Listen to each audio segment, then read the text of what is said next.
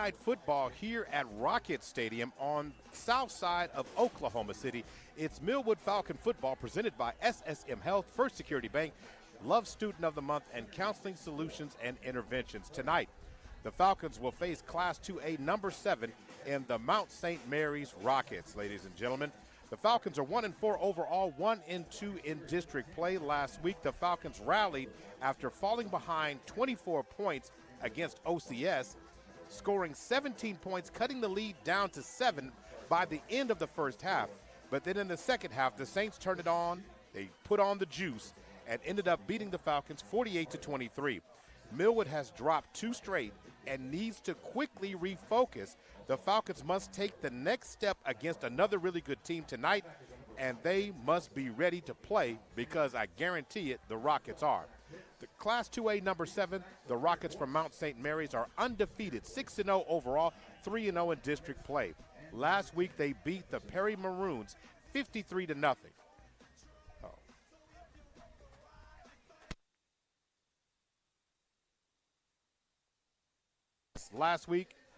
Last season, when you look at the team overall, they were 5-5, and now this program is on a tremendous upswing.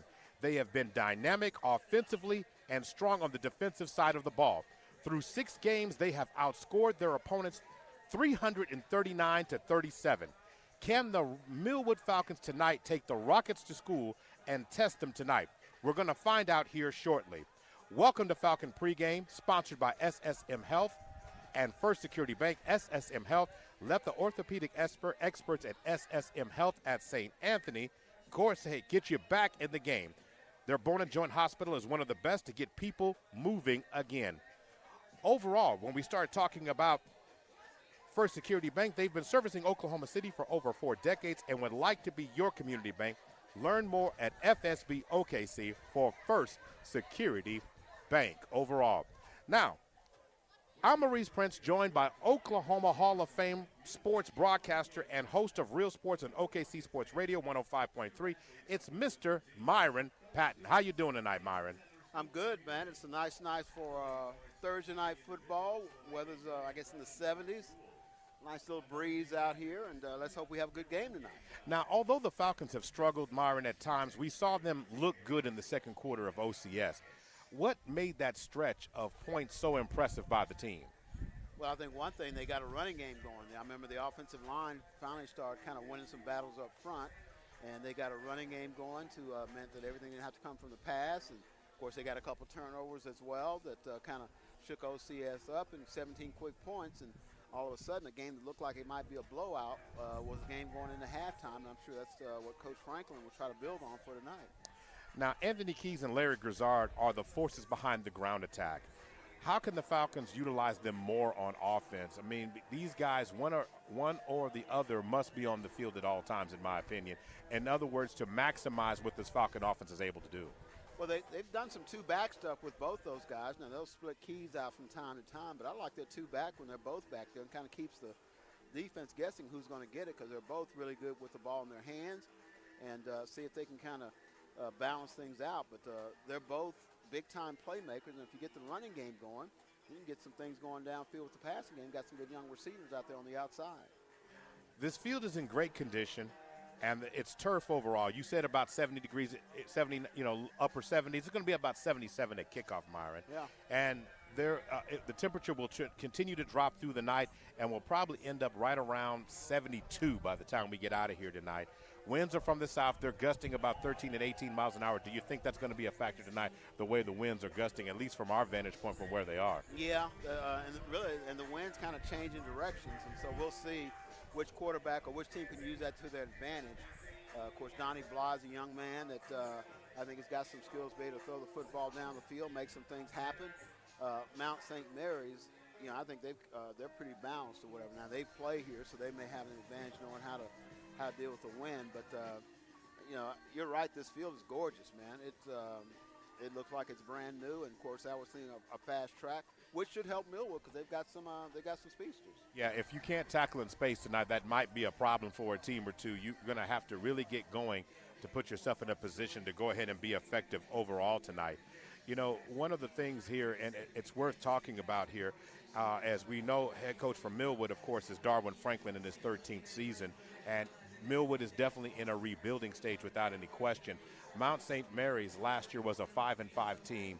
J.D. Reynolds, their head coach, second season here, has got a really put together coaching staff. They, you know, that I know that nobody likes to talk about the high school transfer portal, but that transfers have brought in some talent here, and they've got talent all over the place. I can't wait for us to talk about it just a little bit here.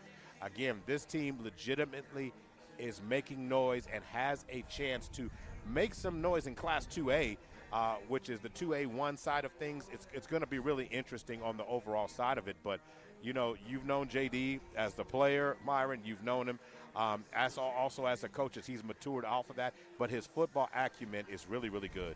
Yeah, he's JD's been involved in the high school scene for a long time, even before he got into the coaching side. Of course, spent a little time at Western Heights, actually a place that hadn't really won a whole lot of games. He did a good job there. Had a gym out in Choctaw, built some of the strength conditioning there, and of course now here at Mount St. Mary's doing a good job. You mentioned the coaching staff. I'm just glancing along. I see Blake Jarwin, who was a star at Oklahoma State, played for the Dallas Cowboys as a tight end. He's on the staff. Guess what he's coaching? Tight ends. I'm also seeing some other guys that kind of jump out. Austin English, a former defensive end at Oklahoma, who's coaching what else? Defensive line. So, yeah, he's got some guys that probably get your attention. Jonathan Jackson, I assume that's Jonathan. It says John Jackson, so I bet it's Jonathan Jackson, who's also a heck of a defensive end in Oklahoma. So, yeah, he's got a pretty good staff working with him, including J.D., who, of course, was a star at Carl Albert for Gary Rose back in the day, and later at Oklahoma as a starting fullback for Bob Stoops, and then the NFL Cincinnati Bengals. So when you look at that, you got some young guys here, and I'm sure Brent Venables is saying, you got all that down there? Does any of these guys have any eligibility left? I mean, they would love to take them to South Carolina with them. Yeah, like I said, Blake Jarwin and tight end, they'll take him with them. Austin English, of course, Oklahoma's pretty good at defensive end right now, but he was a heck of a player. So, but he's got a lot of people, working on his staff and, strength and conditioning. That's a big part of football as well. This is a program at Mount St. Mary's, they've been trying to build up for a while, and I think this is one of their better teams they've had. So Millwood's going to have to play well tonight to get a win. Absolutely. We're going to take an opening timeout, and I'm going to answer the question that's been in our inbox all week. Do you think the Falcons can hit the playoffs? The answer to that question, believe it or not, we actually have the answer to that. And we'll talk about that on the other side. I want to make sure we thank all our sponsors for tonight's game. SSM Health at St. Anthony. Of course, Community Health Centers of Oklahoma, Counseling Solutions and Interventions, Bank First, Guiding Right, OKC Heart and Soul 92.1, the Black Chronicle newspaper, Love Student of the Month, First Security Bank, Narissa Berry Insurance, Big O's Pork and Dreams, and OKC Radio Sports Radio 105.3 and Super Prep. He's Myron Patton. I'm Maurice Prince. We're going to take a break. We'll be right back as we get you set. We're officially about 20 minutes away from kickoff here tonight, ready to bring you the action as Thursday night football, Millwood Falcons in action against the Mount St. Mary's Rockets. That's coming up next. We'll be right back. This is Millwood Falcon football.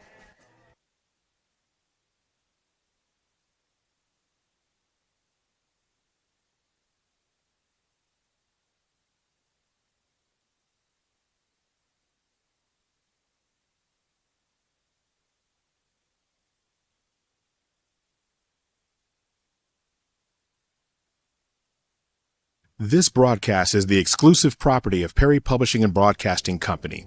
Any rebroadcast, retransmission, reproduction, or any other use of the accounts, descriptions, or audiovisual elements of this broadcast without the express written consent of Perry Publishing and Broadcasting Company is strictly prohibited. All rights reserved.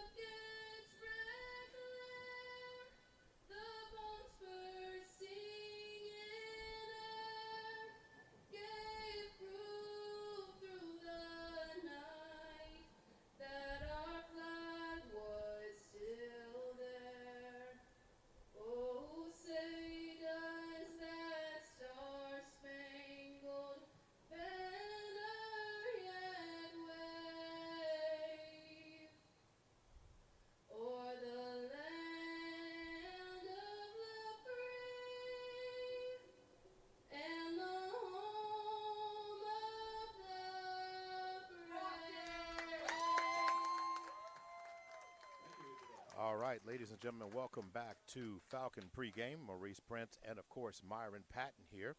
Tonight's pregame is being brought to you, of course, by SSM Health at St. Anthony. And also, we're going to go ahead and throw it out there as well, as we're here for First Security Bank. Both of them are sponsors, of course, Falcon Pregame. You know, one of the things and the questions that I've been hearing all week long, Myron, has been, you know, after the Falcons lost last week was, will this Falcon team make the playoffs? So I have the answer for everybody tonight, and I think you will enjoy this answer. You got all the scenarios. No, I don't have all the scenarios, but I do have a couple of things that maybe people don't know. So in Class 2A, you have, of course, 62 teams divided between 2A, 2A1, and 2A2, all right? So Millwood plays in 2A1. And, of course, on the other side, you've got 2A2. Well, they don't play each other. So 2A1, it's all the way to the end. And they did that because 2A really had the longest walk to get to the playoffs a couple of years ago. So it was a brilliant move by the OSSAA to split them up. So 16 teams make it into the playoffs from 2A, 2A1, and 16 teams will play from 2A2. But for this conversation, 2A2, we're not going to talk about it anymore.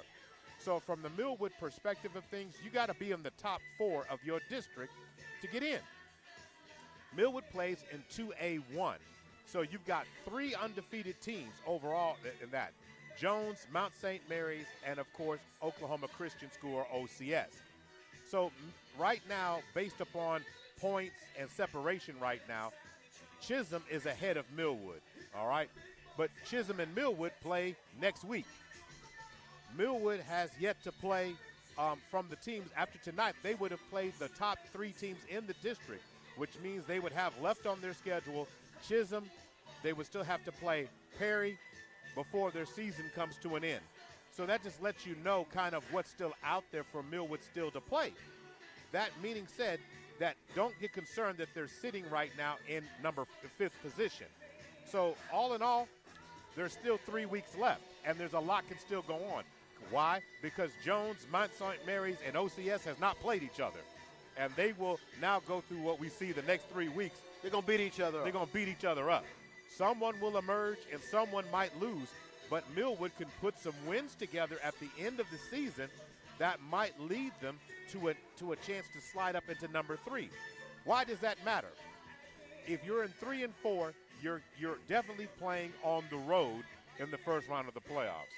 The question is, if you are in 3 and slot number 3 of the 4 teams when they district the playoffs, Myron, and I even took the nerve tonight, Myron, and I'm going to have to get a graphic out there so our listeners can see. The graphic shows basically like this. It's just the road is easier if you're the top seed. You get multiple rounds at home before you have to go on the road. Makes sense. So if you are in 3 or 4, you are on the road for the entire duration of the playoffs, and you will not see a home game unless there's an upset somewhere else along the way. You get to go to Dairy Queen on the road, man. Nothing wrong with that. Exactly. So the answer to the question, can Millwood make the playoffs? Absolutely.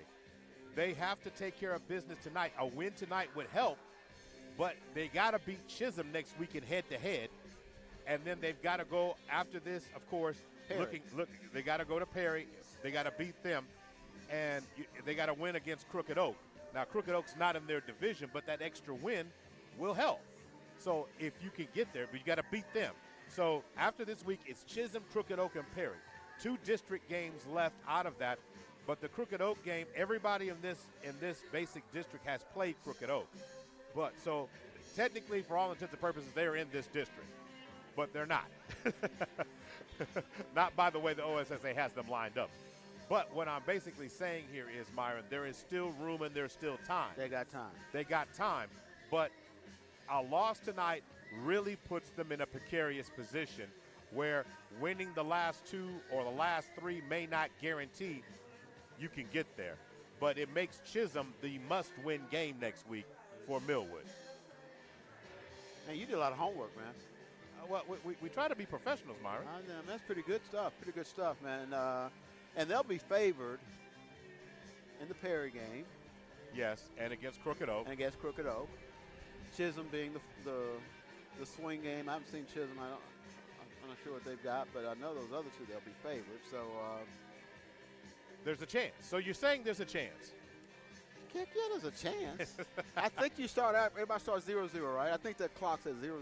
That's right. Yeah. Right. Yeah, So yeah. there's not, in other words, there's still opportunity. But again, you have to start getting there at some point. Yeah. And tonight is a key thing. So talking about the teams tonight, we talked about Myron mentioned Donnie Blythe. He looked better in every game he plays. He looks better and more confident. What to me, the key for Millwood, I'm going for the keys early in the game. I usually don't do this. Start fast, limit mistakes, and play 4 quarters. We have yet to see this young team graduate to the stage where they play 3 good quarters. Yeah. 3 good quarters, let alone 4. But if we can get that tonight, that would be good. They got to limit the mistakes. Tonight here, tonight there's going to be opportunities, but you can't wait to get started tonight. Mount St. Mary's has proven tonight that they can put points on the board. So far this season, if I had to throw out some numbers out there for anybody's out there, Mount St. Mary's is averaging 56.5 points per game, holding their opponents to 6.1. You don't want to help them. That's a plus 50 differential through those games. Millwood on the other side is averaging 25.2, giving up 34.4. That's minus 9. So the way I always look at this is you're already spotting them about 40 points based upon the average. So you got to get something going early to take that advantage away from the team and make them have to work to get their advantages in this game. Well, remember the Heritage Hall game? They came out. They got a 3-and-out on defense, which is what you want to do. And they got the ball in the very first play. You fumbled the snap. Right. They recovered. Great field position. They scored. And it's like the game seemed to not that a pattern had been established, but that was a big moment. And things kind of shifted to Heritage Hall the entire first half. And, of course, the game was over. They ended up winning big. So, yeah, that's and this is another road environment. A lot of Mount St. Mary's folks here, and you're playing a really good team. So you want to get us to a good start and not give up anything. And Donnie Blythe's got to continue, but they got to have the other receivers not named Carter Ray get their name mentioned, not just with drop passes, but completions. Yeah. They do those things tonight. Just the little bitty things will help this team get over to the other side. And talking to Coach Franklin a little bit earlier today and talking to him about it here, he says it's the best week of practice they've had all season. He says, but it's at this point where things go really well, and he said, then they didn't have a good walkthrough. Then he said they didn't have a good preparation. So there are good things that are happening for the practices, but he says we're not stringing them together on a consecutive basis. So his concern is he doesn't know what to expect from the team tonight. And he said it's going to be key for them to do what we just said, get off to a good start tonight. Well, and I think a lot of that's just the youth of the team. I mean, you look at, and we talked about this, we're six games in or whatever, and it's like you see freshmen, sophomore. I mean, you don't see a lot of juniors, a lot of seniors that are playing. Your quarterback's a true freshman or whatever. But you're right, you've seen him grow from the first game to where we are now, and looks like he's more confident in things of that nature. Your running backs, except for Keys, are freshmen. So, yeah, it's a young group. And so that inconsistency with practice and everything else, I can kind of understand what they're going through, but they're growing. They're getting better. J.D. Reynolds' Mount St. Mary team has got some talent all over the place. It starts off with their sophomore quarterback who's having an awesome season, Roman Manella. Last week in the game against Perry, he threw for 376 and 3 touchdowns last week. Very impressive in that game. But the talent on the weapons on the outside, Jake Allison, the tight end, 6'4". Then you've got Zachariah Robinson from the receiving position. He's 6'4". They've got good, strong play up front with their O-line. You're talking about guys like Malachi Hardiman and Max Chavis, who are definitely good on the offensive, defensive side of the ball, and name who's likely we'll see to call tonight. For Millwood, we've got to see those playmakers because a lot of the guys from Millwood are also playing both ways. They've got to establish themselves and be able to do a good job tonight against the talent, but you cannot afford against really good teams, Myron. I can't stress it enough to start off slow. Well, and you mentioned some 6'4"s and those receivers and tight ends. That's going to be a real challenge for those corners and safeties dealing with such big receivers like that. Jump ball situation, I'm just looking at the guys out there for the coin toss. They're not just tall, they're big and tall. big and tall, and have a good size. So as it stands right now, Mount St. Mary's has the ball and will come out of the south end zone. The end zones go north-south from here. Our vantage point is west to east, or east to west, I should say, from our point. We'll take our final break in pregame. Want to thank our sponsors one more time. That's SSM Health, Community Health Centers of Oklahoma, Counseling Solutions and Interventions, Bank First, Guiding Right, the Black Chronicle newspaper, Super Prep, Big O's Pork and Dreams, Narissa Berry Insurance, First Security Bank, Love Student of the Month, and Super Prep. We'll be right back on the other side. He's Myron, I'm Mo. We'll be back on the other side in just a minute. This is Millwood Falcon Football.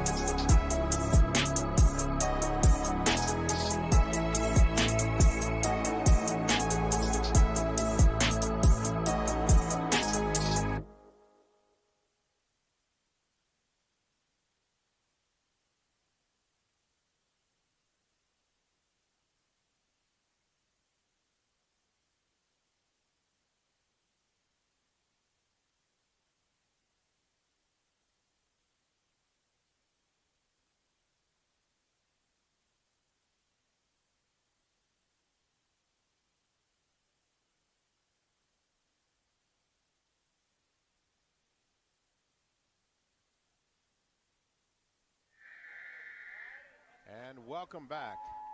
Of course, they are getting ready. The Falcons have gone ahead and taken the field tonight. The Falcons are wearing their white pants with blue pants with white jerseys with blue lettering on them. And of course, Mount St. Mary's is about to come in. For those who are watching, online right now, they're getting ready to take the field. They have a huge inflatable on the other end of the field. I don't think they care how to get out. Trying to create an environment that's intimidating, you know, in terms of getting that done, and that's what they're trying to do. Here's the thing about it is, I'll put LW Good's environment for intimidation against anybody.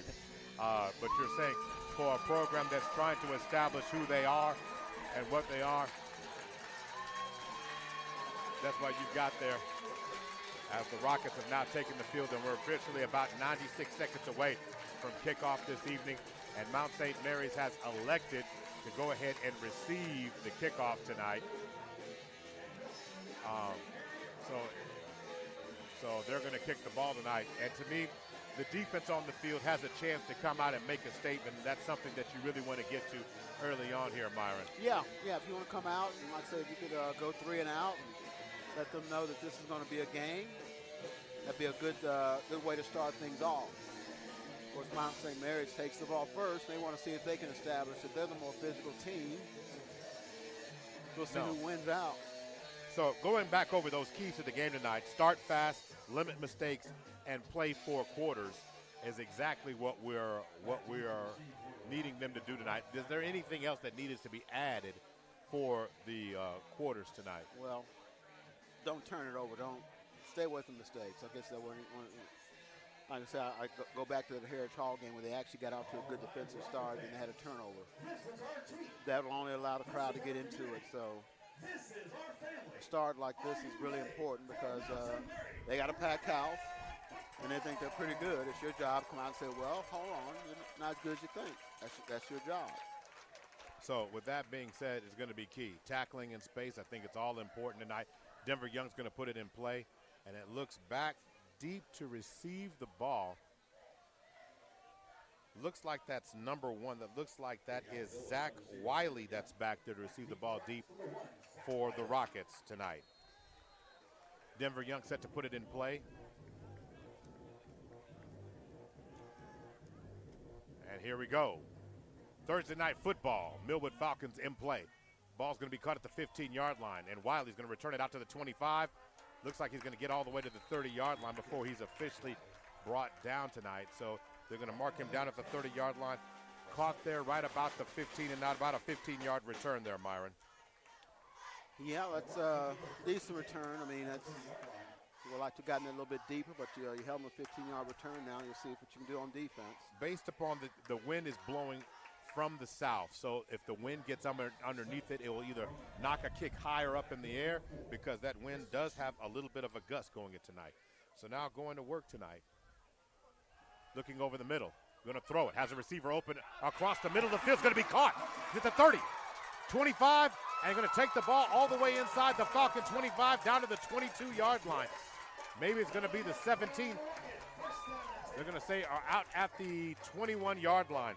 So going to work, a pass down the seam right away, Myron. It didn't get him much time, and the Rockets are off and rolling early. Yeah, they went right after the secondary and got a little post route from Zach Wiley, so they're in scoring position right off the bat. Not the start you want if you're Millwood. So the ball's at the 21-yard line, 1st and 10 Rockets. Great throw there that time by, of course, Roman Manella. Now going to work, a little screen pass to the outside, thrown outside to Jake Allison. So defense that pretty well. They just brought Allison back inside, far outside receiver, but Millwood only held that to look like about maybe a couple yards. So that's going to move the ball down inside the 20, down to the 17-yard line. So now back to work. Going to hand off, trying to get to the outside, go Christian Tashuti. And he's going to get the ball to the outside. But there is a flag on the play. So the officials or do they pick it up? I don't see anybody. Okay. So here's the call. The official standing there, and it's going to be personal foul on sportsmanlike conduct against the Rockets. So the unsportsmanlike conduct penalty. It sounds like it might be a dead ball foul, so is it with a down count? Trying to get it, so it's going to move the ball back to the, what is that? It's going to be spotted now at the 26-yard line. So 2nd down and basically 15 yards to go now. They can get a 1st down right around the 10-yard line. Rockets now come out on this position right now. Looks like we've got 4 receivers now. Ball on the left hash. And you've got Manila calling for it. And he's going to throw the ball, Manelli. And it's going to be caught to Jake Allison down inside the 20, down to about the 15, maybe make that the 14-yard line. So another big target. Again, Jake Allison, every bit 6'3", 6'4", Myron. And again, in this case, Manila is using that to his advantage. Yeah, they had a tough time getting him down, but they did. So this is a big 3rd down. 3rd and about 4. Gain of 11 on the play. 3rd down and 4 to go. Ball across. Going to give it on the jet sweep, cutting up the field. And going to get cut down just a bit shy. It's going to be 4th down as the ball is going to be spotted right there at about the 16-yard line. Make that the 17-yard line. Yeah, they're going to go. Or I'm not the 17. Let's correct myself. That's the 13-yard line. So down to the 13. So it's going to set up 4th down and about 2 yards to go. Wasting no time in this position right here. So new quarterback, Allison is the quarterback running, I guess in this case, the Wild Rocket. You got an offensive lineman out there playing fullback too. Going to work, and they're going to give it to him, and Allison powers his way. It's going to be enough for a Rocket first down inside the 10, all the way down to the 6.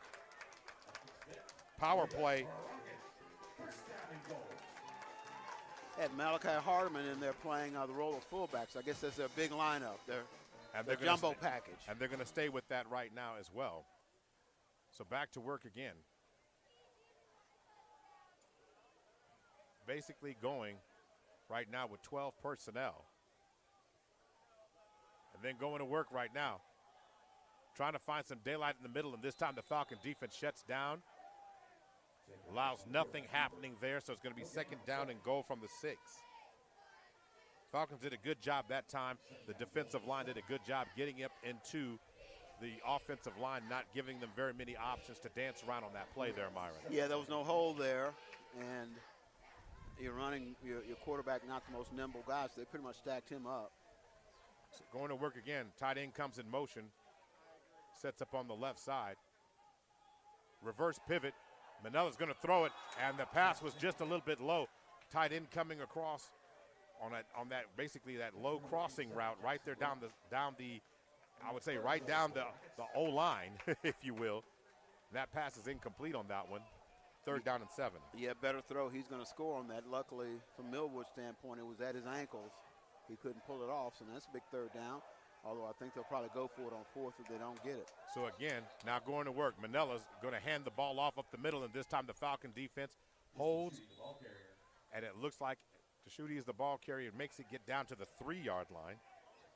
So it's going to be 4th and goal from that spot. So 4th down and goal from the 3 right now. Let's see what they stay on here. Right now they don't go back to the big package that they did just a minute ago. Manella's going to stay on the field right now. Single back, 2 receiver split. Going to work. Ball is snapped. Manella's rolling right. Pressure. Steps up in the pocket. Throws over the middle. And the pass is going to be intercepted by the Falcons and going to be taken out to about the 7-yard line on the play. What a great job on that time. Bryce Morris coming up with the interception on that one for the Falcons. And what a great play that they had there, given that situation there, Myron. Yeah, he just stepped in front. Looked like he was he had an open receiver there. He was going for number 87, who was Jackson Braun, but he was covered up. Nice interception by Millwood.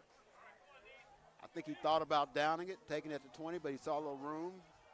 Yeah, that's the question you have to ask yourself in that situation. You got to know that. So going back to work here, Donnie Bly, quarterback, calls for it. Going to hand the ball off right up the middle to Anthony Keys.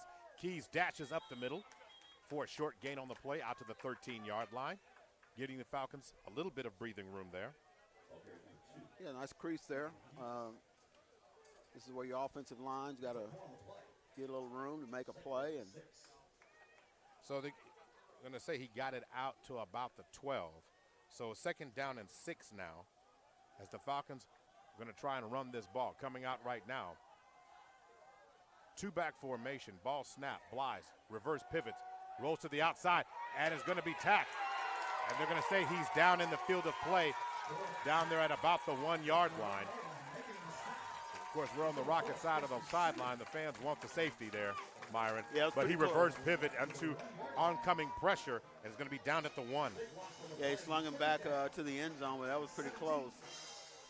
Luckily for Millwood, no points, but now you're 3rd and a pretty long ways for a 1st down. 3rd down and about 17 now. So Falcons are pinned deep.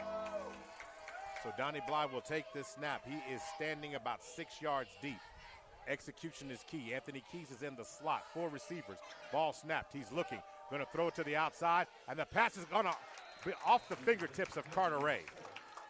He had a step on him. Had a step on him a little bit. Maybe lead him up the sideline. That probably would have been caught.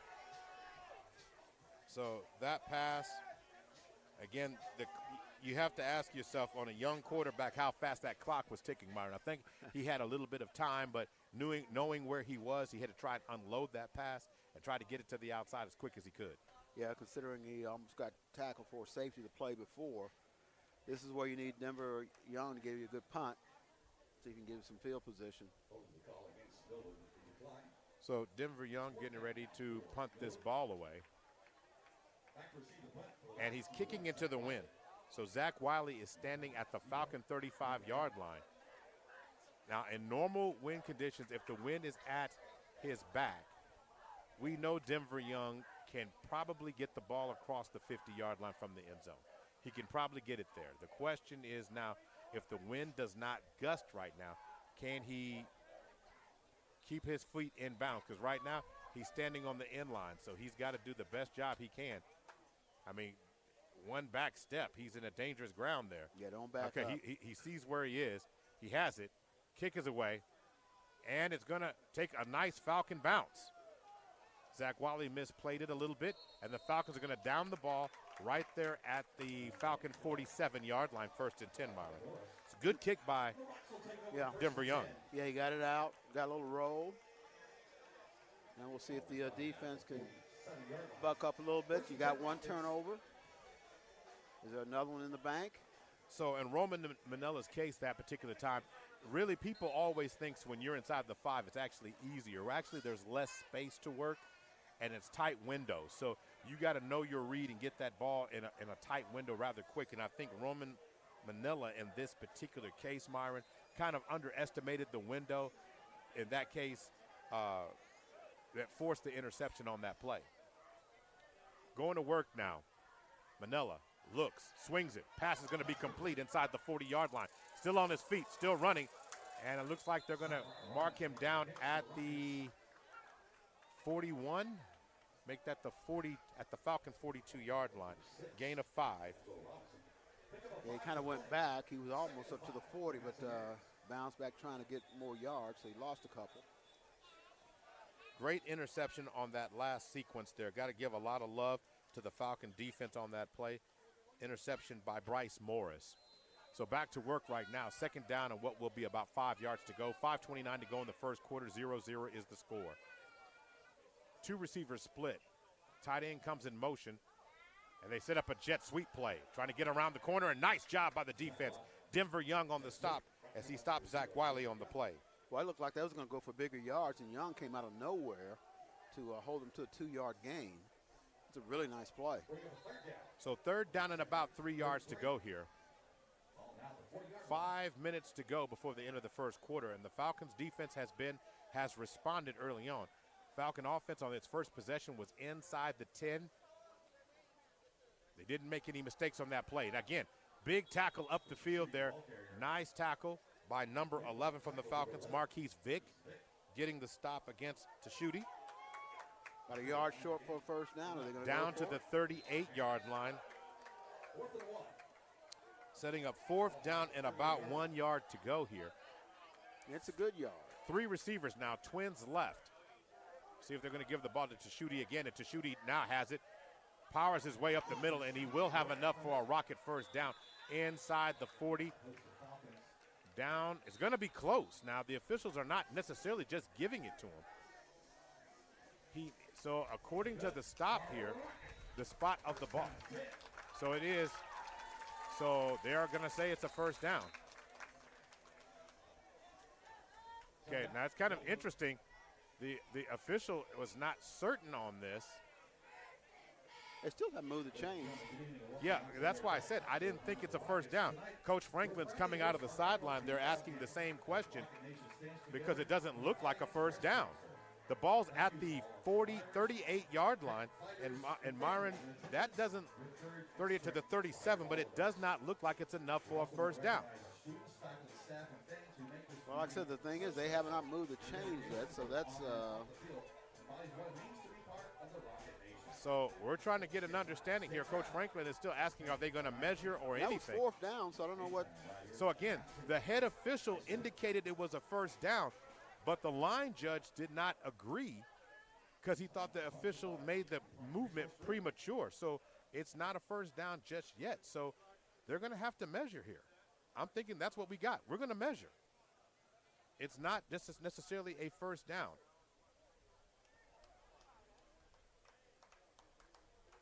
So we're going to get an official measurement here, Myron, because again, the referee made the call, but the linesman did not indicate it was a first down.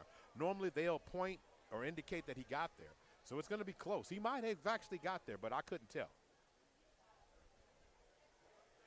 So I want to make sure while we're getting this measurement, we thank our sponsors, SSM Health, Community Health Centers of Oklahoma, Counseling Solutions and Interventions, Bank First, Guiding Right, the Black Chronicle newspaper, Love Student of the Month, First Security Bank, Narissa Berry Insurance, Big O's Pork and Dreams, Super Prep, OKC Sports Radio 105.3. And he did not get it. No. The Falcon defense held. And again, J.D. Reynolds is accurate to ask the question because the referee asked, stated it was a first down. So he did not get it. So turnover on down for the Millwood Falcons at their own 37-yard line. So here we go. Got to be ready. So let's see what the Falcons can do. Nice job. 2 turnaways by the Falcon defense. An interception on 4th down inside the 5. Now a turnover right now, Myron, right here at the 37. Falcon defense has shown that they're ready to play tonight. Yeah, let's see if the offense can do something. They got good field position right here, so best of their 2 drives. So now we're set to go. 4:18 to go, and it will be Millwood Falcon football now. Bly trying to get the defense set. They're going to come out with a full house backfield right now, or you could say diamond formation if you like. 2 receivers split. Going to work. They're going to hand the ball to Anthony Keys. Keys cut through the defense and slices and dices his way above the 40-yard line out to about the 42. Maybe the 41 is where they're going to spot it, but nice run there by Keys. Yeah, and it's early, but the offensive line is showing they'll be able to create some creases for the running backs. And here's the interesting part about this tonight, Myron, that the team itself, when the score is 0-0 and you're not down 14 points, 24 points, you don't feel pressured. You can stay with the original game plan. That's something else that needs to be talked about tonight. Diamond formation again, 2 receivers split. Bly calls for it. He's going to roll. Bly's looking, and this time Bly needed to just get rid of it. And Bly's going to be forced out of bounds. They're going to say it's a fumble. Are they saying it's a fumble? Did the Falcons make a mistake here? I haven't seen and an it's second down. Rule. Second down.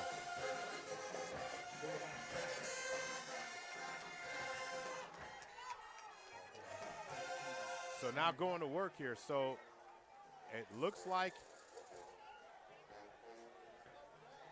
again, not getting clear signal. So it's going to be second down. Going to go down as a sack.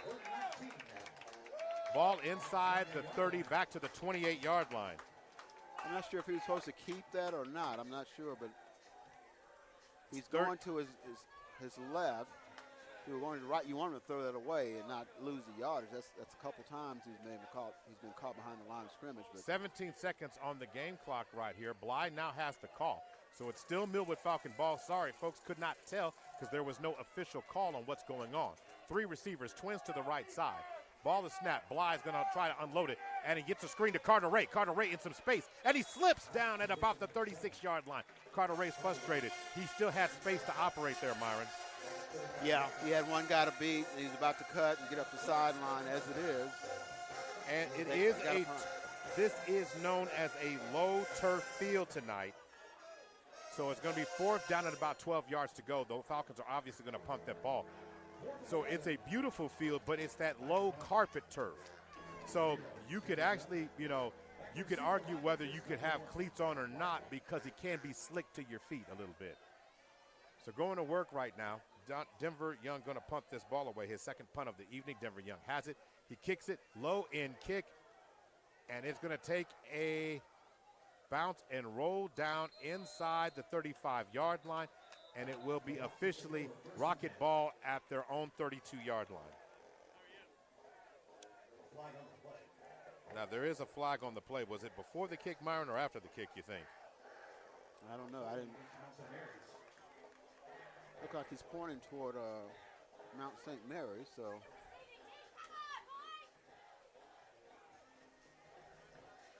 So, again, trying to get the official call. Do we know exactly what it is?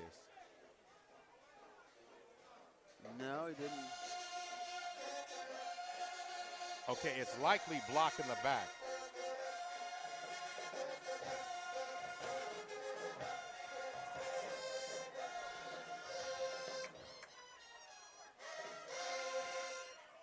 Okay, so that's going to move the ball back inside the 30, inside the 25, down to the 21-yard line. Yeah, it looks like 22 maybe. Okay, 22. So it'll be first down and 10 from the 22 this time. So here we go. Trying to get the ball to the outside, and it's complete to Jake Allison, and Allison's going to get a first down. Again, you said, Myron, early on, the big size of Allison on the smaller corner does a good job of using his body, establishing some distance between him and the defensive back or linebacker as the ball's out to the 39-yard line. Yeah, you better bring all you can bring when he's got the football. A couple of those guys, actually, because they're pretty big, tall and big. So the ball out to the 39-yard line, so it's going to be first down and 10 for the Rockets. Back to work now. Shotgun formation, sitting back in the pocket. Going to throw it across the middle, and that pass is incomplete, intended for Wiley. So second down and 10 now. 1:48 to go before the end of the first quarter. 0-0 is the score tonight. Maurice Prince and Myron Patton on the call for you. Glad to bring you Millwood Falcon football. Set to go. Thank you for watching on PPBC TV, and also if you're streaming it. And thank you for listening on your radio and, of course, on OKC Heart and Soul 92.1 and 1140 tonight. Going back to work. Going to hand the ball off to Tashuti. And Schuty's going to take the ball out to about the 44-yard line. He really has a good, strong upper body. I mean, if you can he gets one step up the field, Myron, and he just runs with power. Yeah, they're pretty impressive physically team, and this is a big third down here. I don't know if they go for fourth down this deep in their own territory. This is a big chance to get Millwood to get a stop here. Third down and 5 now. Wiley comes back, setting up a jet sweep or a wide receiver screen play, and that's going to be an outstanding stop there by Marcellus Grant Johnson, who brings him down for a loss. Back inside the 45, down at the 41-yard line. Great job again. The Falcon defense has been outstanding early in this game. Yeah, had a couple guys back there, and they sniffed out that play from the beginning, made him lose yardage, and so now you're going to get good field position once again. Of course, you got a chance for maybe a good return. Yeah, anytime you get the ball back in the hands of Carter Ray, it's always a good thing. So the punt is away. It's going to be kicked with the wind, and it's going to take a drop down at about the 19-yard line. Carter Ray's got a crease, makes one man miss, and it's going to be brought down just shy of the 30-yard line at the 29. Looked like he might have a corner out there if he could have just kept going outside, had a blocker, and gotten more yards as it is. Still good field position for Millwood. So catching it at that, so the ball will be taken out to the 30-yard line. They're going to say a return of 10 yards on the play. So good job by Carter Ray. But like you said, Myron, I think he left a little change out there. Yep, just keep going outside and had a blocker. May have got to turn that corner. Less than a minute to go, 34 seconds to go before the end of the first quarter. Two-back formation, ball snapped. Bly has it. Is going to hand the ball off, but not going anywhere. Great backfield tackle there by Malachi Hardiman. Heard us mention him in pregame. That young man got into the backfield and disrupted the play. Going to be brought down inside the 30, back at the 26-yard line. Trying to get the ball to Larry Grizzard, and Grizzard did not get a chance on that one. Yeah, he never got back to the line of scrimmage before he was ducking and dodging. 6 seconds, that likely will be the, okay, is there a stoppage of action? Do we have a hurt player or do we have a flag on the play? Okay, they're now finally winding it, and that will be the last play of the first quarter. So 0-0 is the score. The Falcon defense has been really strong early on in this game. Now, can the offense string together some offensive plays here, get a first down, and see if they can get some good things going?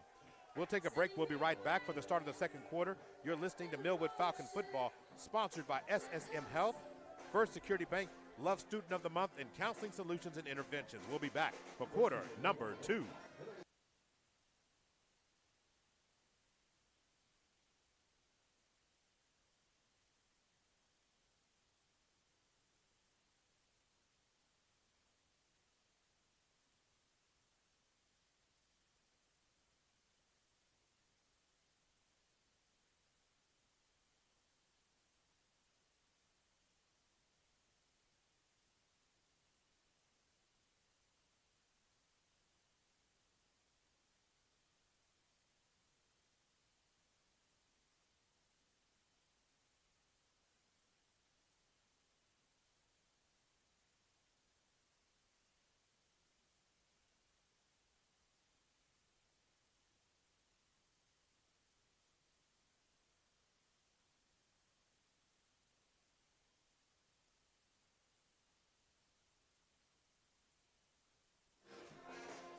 welcome back for quarter number 2, Millwood Falcon football on a Thursday night, brought to you again by Love Student of the Month, SSM Health, First Security Banking, Counseling Solutions, and Interventions.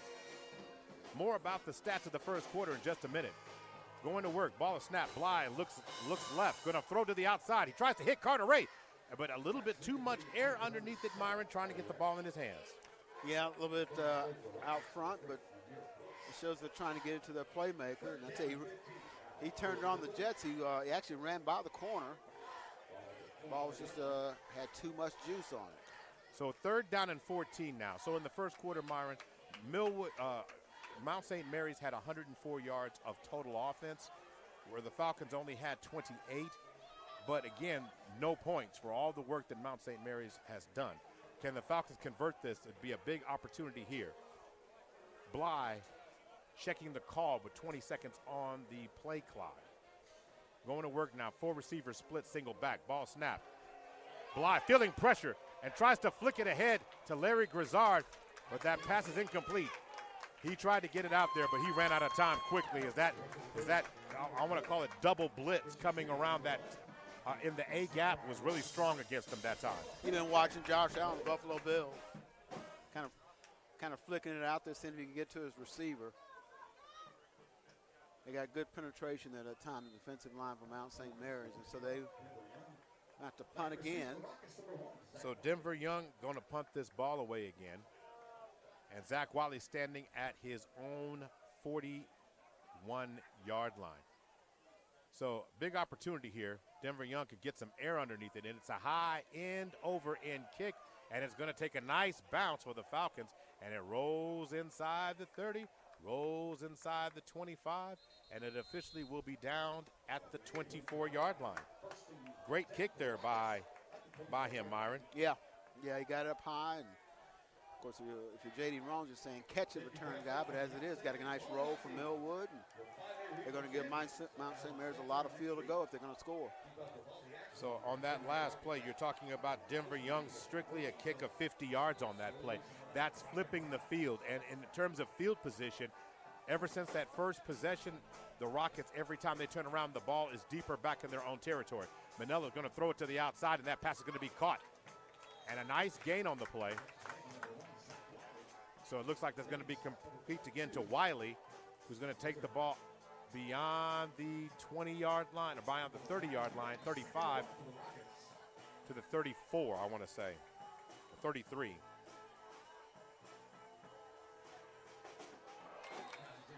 And that pass is incomplete this time. So 3rd down on the next pass attempt.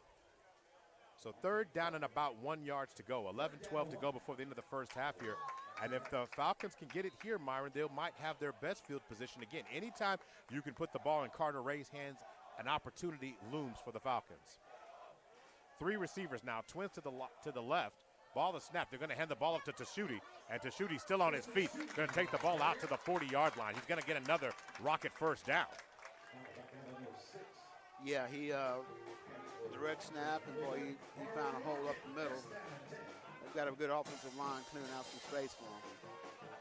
So 1st down and 10 for the for the Rockets at this time. 4 receivers now. Tashuti in the backfield in the hip pocket to Manella on his left side. Manella looking right, going to throw it to the outside. Pass is going to be caught right about the 46-yard line, or maybe they're going to say the 45. Gain of 5, 2nd down and 5.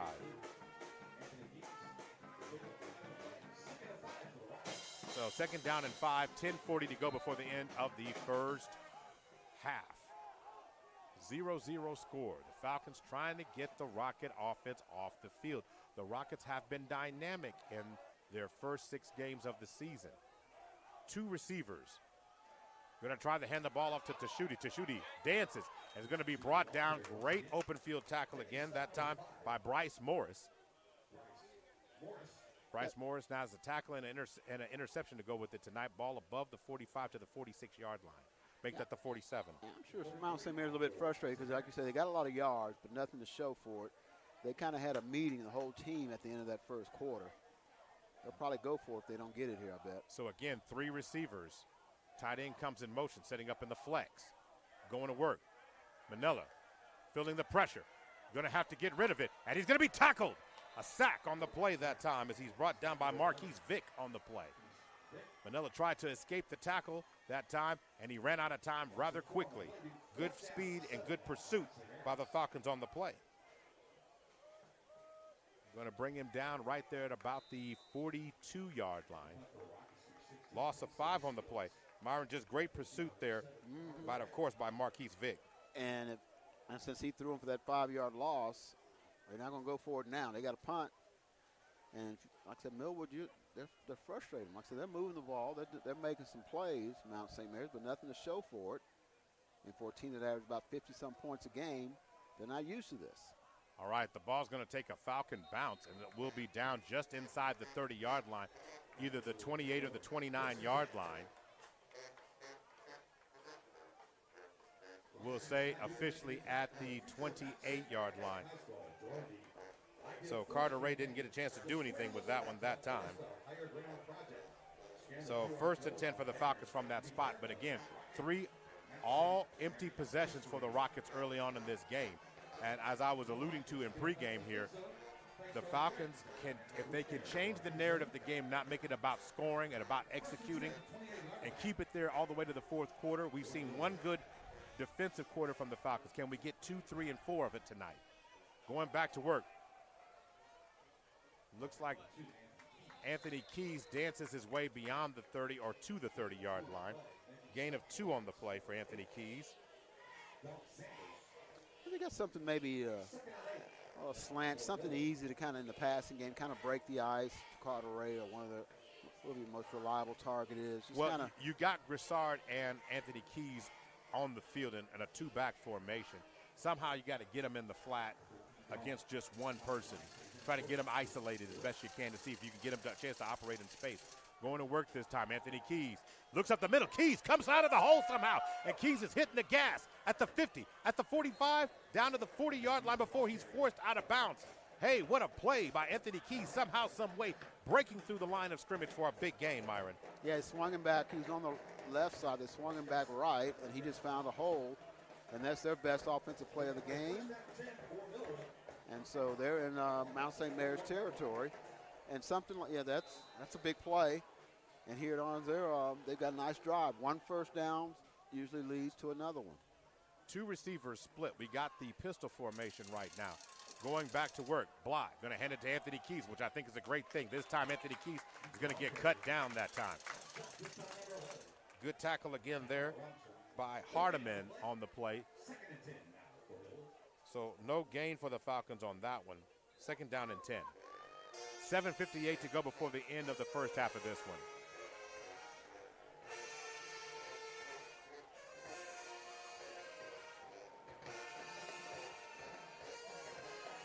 Still waiting on getting the call confirmed.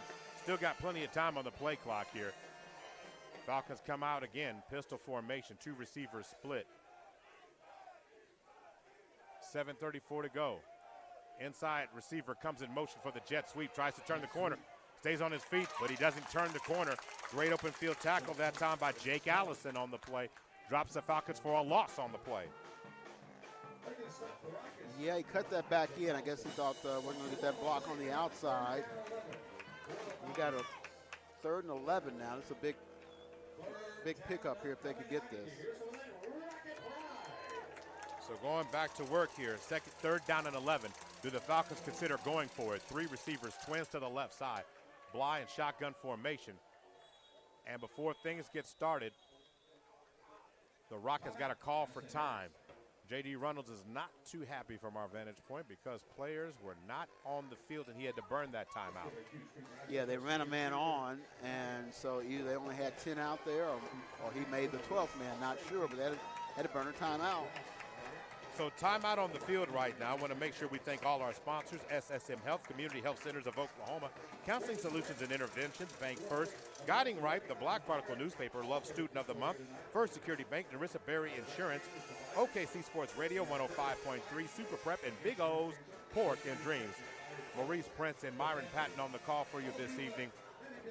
You know, Myron, all the games we've done, the Falcons have had to try to dig themselves out of a hole by the time the 2nd quarter. The only difference in that game would have been the game against the homecoming game against Blackwell. Yeah. That one, the Falcons, Blew them out. One going away, as they say. This particular game, the Falcons have every reason to lock in. You have every reason to stay competitive. You are holding the team that is currently ranked in the top 10 in Class 2A to no points in the first half to this point. Yeah, and then I'm used to it. I know they're not. 3 receivers, twins to the left. Ball is snapped. Going to work. Bly looking. Going to fire to the outside. Gets the pass over to Carter Ray. And Carter Ray is going to catch that ball right there at about the 31-yard line. It's going to be close to a first down. And they are saying it is enough for a first down. First down Falcons as Carter Ray on the pass from Donnie Bly gets a first down at the 31-yard line.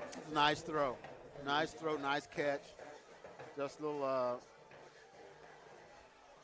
go ahead, Mom. No, I was going to say just a nice little deep slant in there, and he hit him right on target. That is the Falcons' second first down conversion of the first half of this game. 6:33 to go. You don't have to rush in this case right now. 3 receivers. Twins right. Anthony Keys stretches out. They're going to throw the ball to the outside. Ball's going to be caught and taken down by Morris.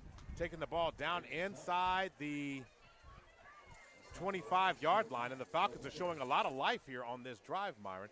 Looks like that ball's going to be spotted. Second down and 1. Ball at the 22-yard line.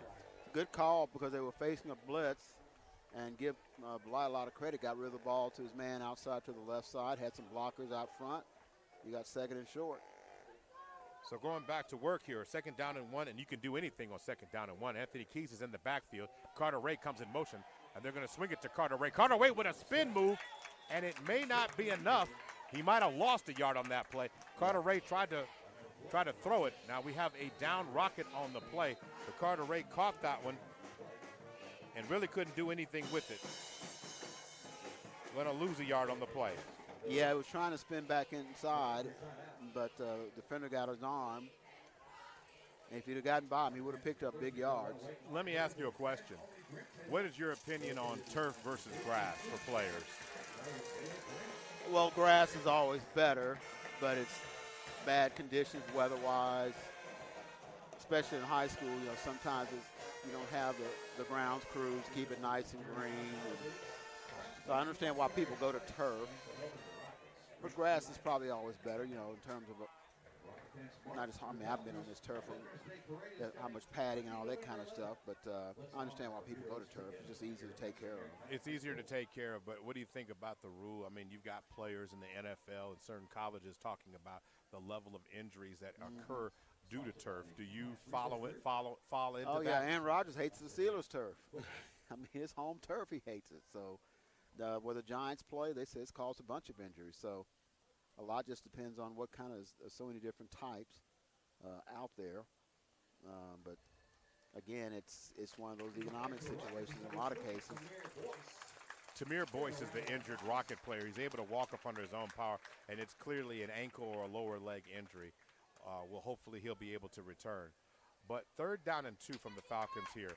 Do you see any other way to go to Grizzard? Are you going to Anthony Keys here? Are you going with the running player? You want to try to do a little play action here? If Myron was the coach, what are we seeing here? Well, I tell you what, depends if you're going to go for it on 4th down. If you're going to go for it on 4th, I'd run it. But and I kind of agree with you. There's no need not to go for it here. So going to work, 2 back formation, 2 receivers split. And they're going to fake the ball and give it to Anthony Keys, and Keys is going to take the ball right against the marker, depending on the spot. They're walking down like it's at the 21-yard line, which will leave him a little bit short. I mean, the offensive line has gotten good push the entire game. So as it stands right now, it's going to be 4th down now. 4th down and about 1 to go. 5:32, or they're going to say it's a first down. Yeah, it's a first down. Okay. So, again, there seems to be confusion on the spot. I think J.D. may be calling timeout. I said, wait a minute. JD's not a happy camper, St. Mary's coach. No, he's not. But in this particular situation, it's first down and 10. But again, there's got to be a clear – the officials have got to work together. Now, I'm not trying to pick on the crew here, but it's just something that you've got to communicate. And before things get started here. We've got offsides, I guess, neutral zone infraction by Mount St. Mary's, looks like. So encroachment is the call against the Rocket.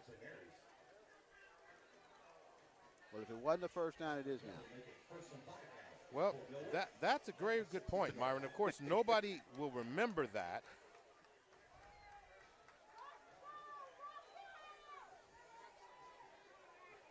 So the offside penalty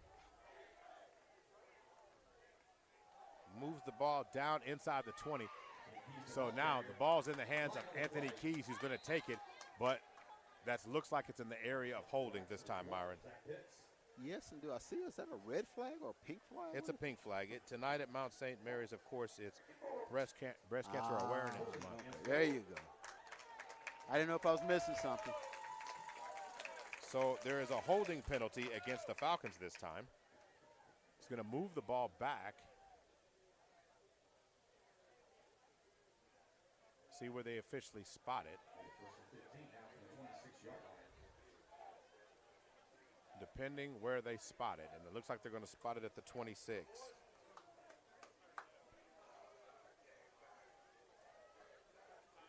So first down and 15, 5:21 to go. So the Falcons made this one a little bit more difficult, this particular sequence of this drive. 3 receivers now, twins right. Bly looking, going to throw it to the outside, and that pass looks like that pass is incomplete. Are they going to say he caught it? They're going to say it is caught that time again, that time by Mitchell. So Mitchell with the reception that time.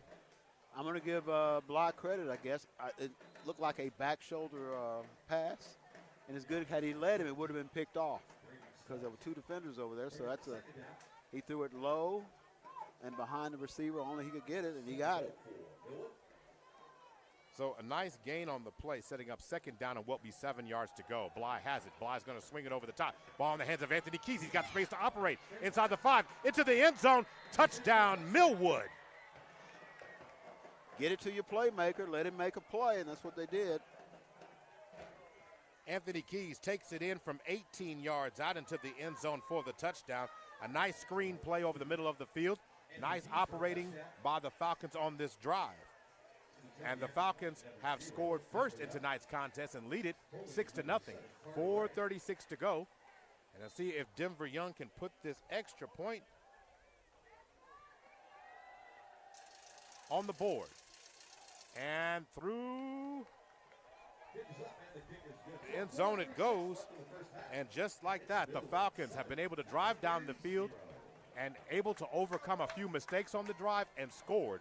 4:36 to go. Falcons up 7-0. We'll be right back. You're listening to Millwood Falcon Football, brought to you by SSM Health, First Security Bank, Love Student of the Month, and Counseling Solutions and Interventions.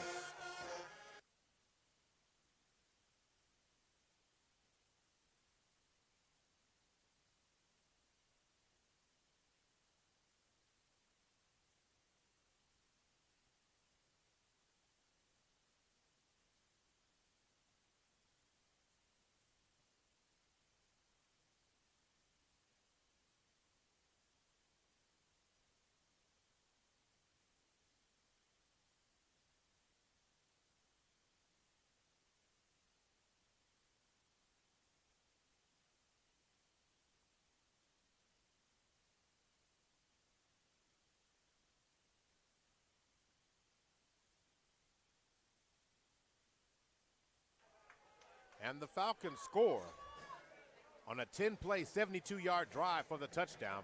Wiley, the ball bounces right there at the goal line.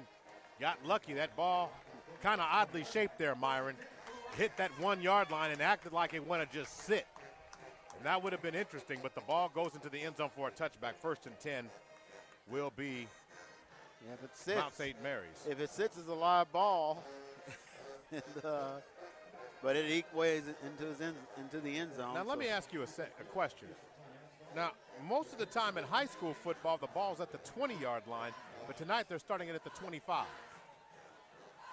You sure? I didn't notice that. I mean, because the ball's at the 25. You mean to market? Okay. To market, yeah. So they're kicking it, and it goes into the end zone, and that pass is going to be caught.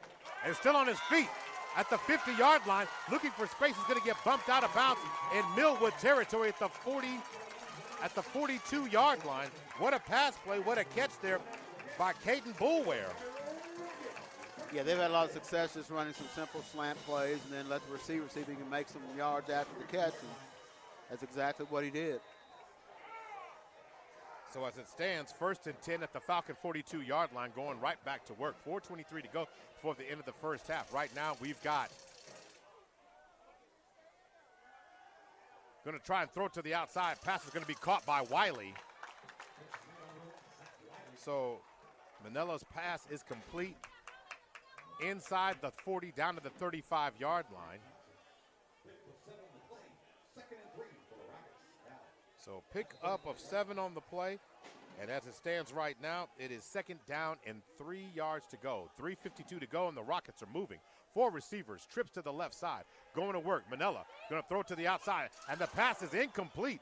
And that particular case, Carter Ray was in tackle mode. Had he had his head up, Myron, he might have had a chance at that one. Yeah, he was there. He was looking for the big hit.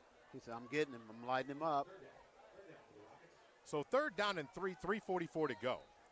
Falcons up 7-0, but the Rockets are on the move. This is an offense, we've talked about it, which has been dynamic, averaging 50-plus points a game. In fact, 56 points per game through their first 6 games. Manella rolls to the left side, looking, plants, fires, throws to the outside, pass incomplete. So it's 4th down, but there is a flag on the play. Now, it's in the secondary, so that usually means it's illegal contact or possibly holding.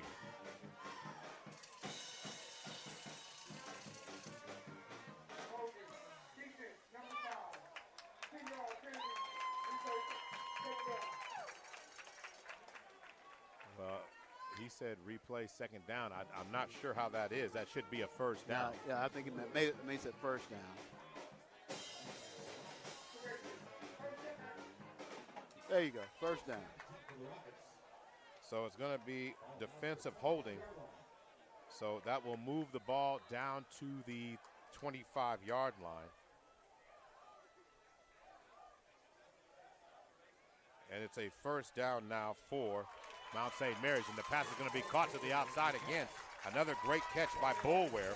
Boulware making a majority of his actions or his receptions on this drive of the night.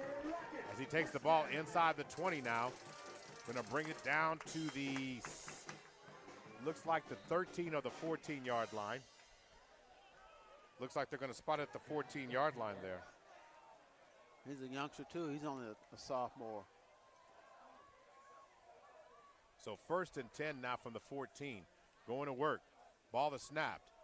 And Tashuti has it. And Tashuti into the end zone. Touchdown, Mount St. Mary's.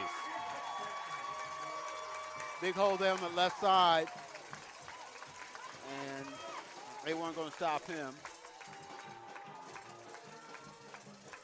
Into the end zone for the touchdown, and Mount St. Mary's responds. And it is 7-6 right now on the ensuing possession. 2:57 to go.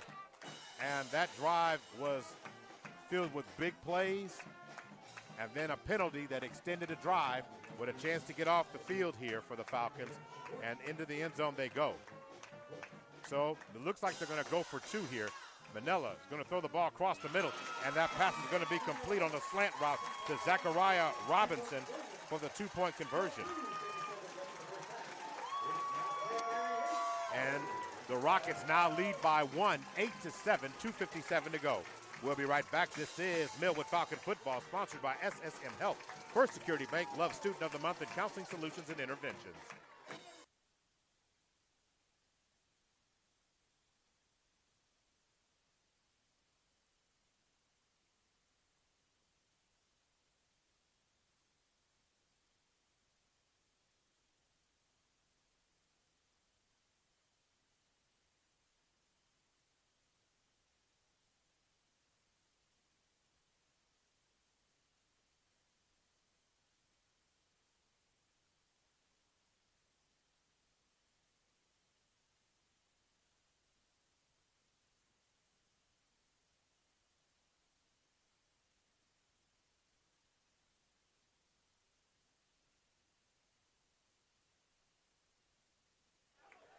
Welcome back. Mount St. Mary scores on a 5-play, 75-yard drive for the touchdown. Now Carter Ray standing at the 5-yard line, ready to get it back for the Falcons. Kick is away. Going to be caught inside the 5-yard line. And big return. Nice return out to the 25-yard line on his own from the end zone. Nice return there by Mitchell.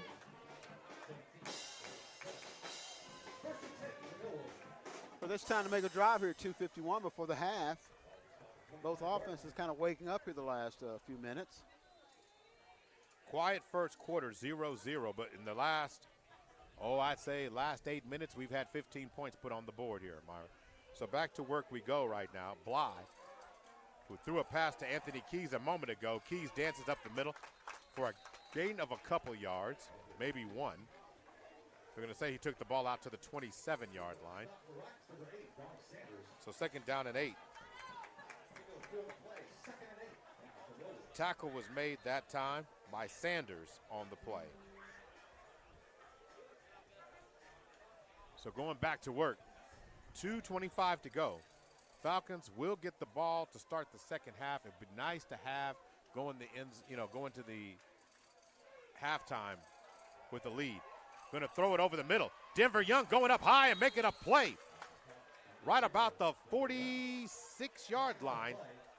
Got a flag.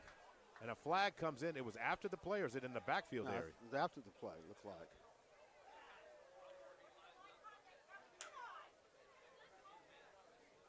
Somebody say something, or? It's hovering around the area of unsportsmanlike, the way things are acting here, Myra. But they are still trying to sort it out.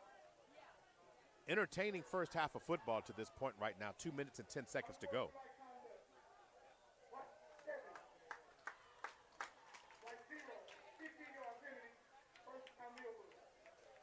So you make a big play and you give it right back. So you do get, since it was after the play, the ball should be moved because it's unsportsmanlike conduct, and that penalty was going to be called, it looks like, against Denver Young in this case. So you get the first down. But you lose the yards, 15 yards of of real estate with 2:10 to go. So that's going to move the ball back inside the 35, back to the 36-yard line. So it will be 1st and 10 from that space.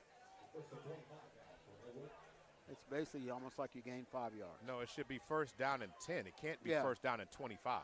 Yeah, it's 1st and 10. So it's after the play. So the net gain of the play was a 1st down. Right now it shows 1st down and 25.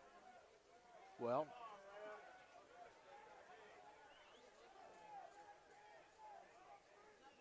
I'll tell you what, it may be 1st and 25 because no, it's not.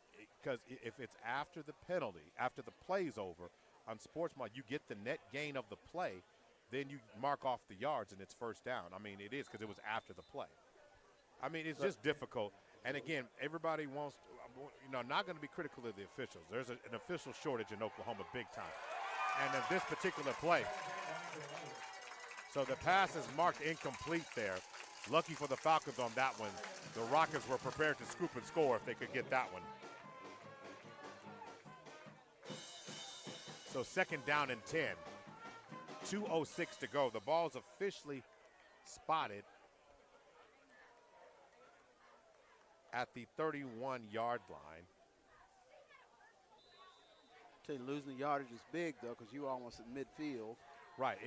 With over 2 minutes to go. Again, if you're Mount St. Mary's, you want the ball because it gives you better field position on the other side. If you're the Falcons on the other end, like you said, it changes up possibly what you could do. 2-back formation this time. Going to give the ball to Larry Gazard. Larry Gazard has not been able to get into open space, and he's going to get cut down inside the 30, down to the 29-yard line. A loss of 1 on the play that time, Myron. Yeah. And now they've called timeout. So timeout, Mount St. Mary's on the play. They want to get the ball back, time to score again. So Mount St. Mary's burns a timeout. They've got only one left. And the big thing about that, Myron, more than anything else is that timeout's called on the field here, is you saw them score. It didn't take them long, a couple of big plays. So what the Falcons have got to do is weather this storm right now. You gave up points. Find a way, if there's a way for the team to convert this, just to keep Mount St. Mary from putting points on the board, you get the ball back to start the second half. Don't compound the situation by making a mistake here. Yeah, I wonder if did he say something or I don't know. But as you had a big play at almost in midfield, and now you're facing third. And looks like about what 13, maybe 14, just to keep the drive alive. And you're going to be punting to them. Right. With Now, almost the 2 only minutes thing, to go. only thing that's happened that was in the Falcons' favor is they only have one timeout left. That's the only thing. Other than that, it's just not a good thing overall for the team. But you want to convert this. And so in this situation for the Falcons, what kind of play are you calling here?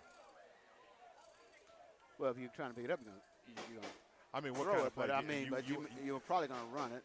Well, you're in a passing formation, but I bet Well, they to run me, it. I think you need to run it here Yeah. because if you run it, you stop the clock. If you pass it here, or it's got to be a quick screen, something that you can get into the hands of somebody. Anthony Keys comes in motion on the play, and they're going to throw it across the middle, and the pass is going to be caught by Larry Grizzard, and Grizzard slips and is going to be brought down for a loss back toward the 27-yard line.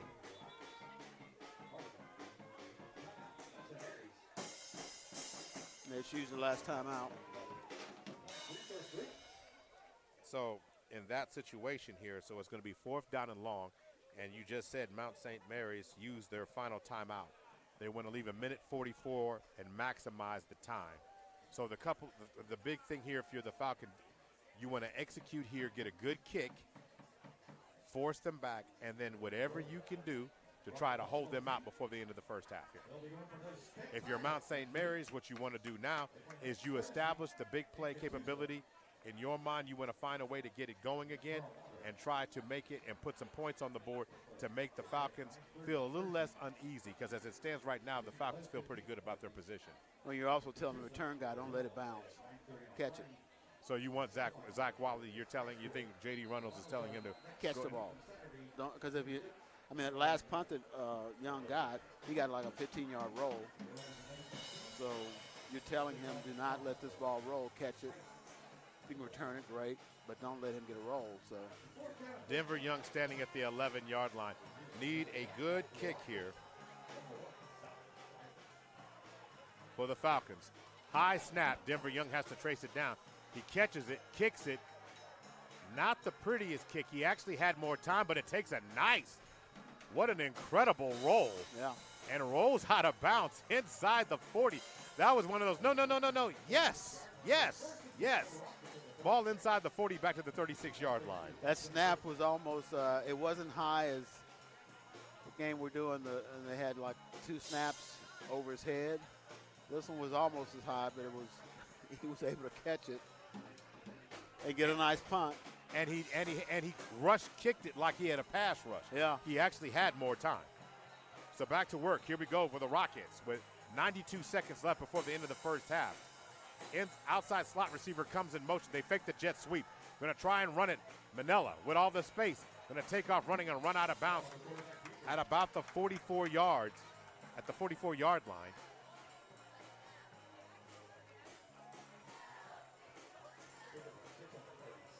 Gain of almost 8 on the play. 2nd down and, well, they're going to mark that back.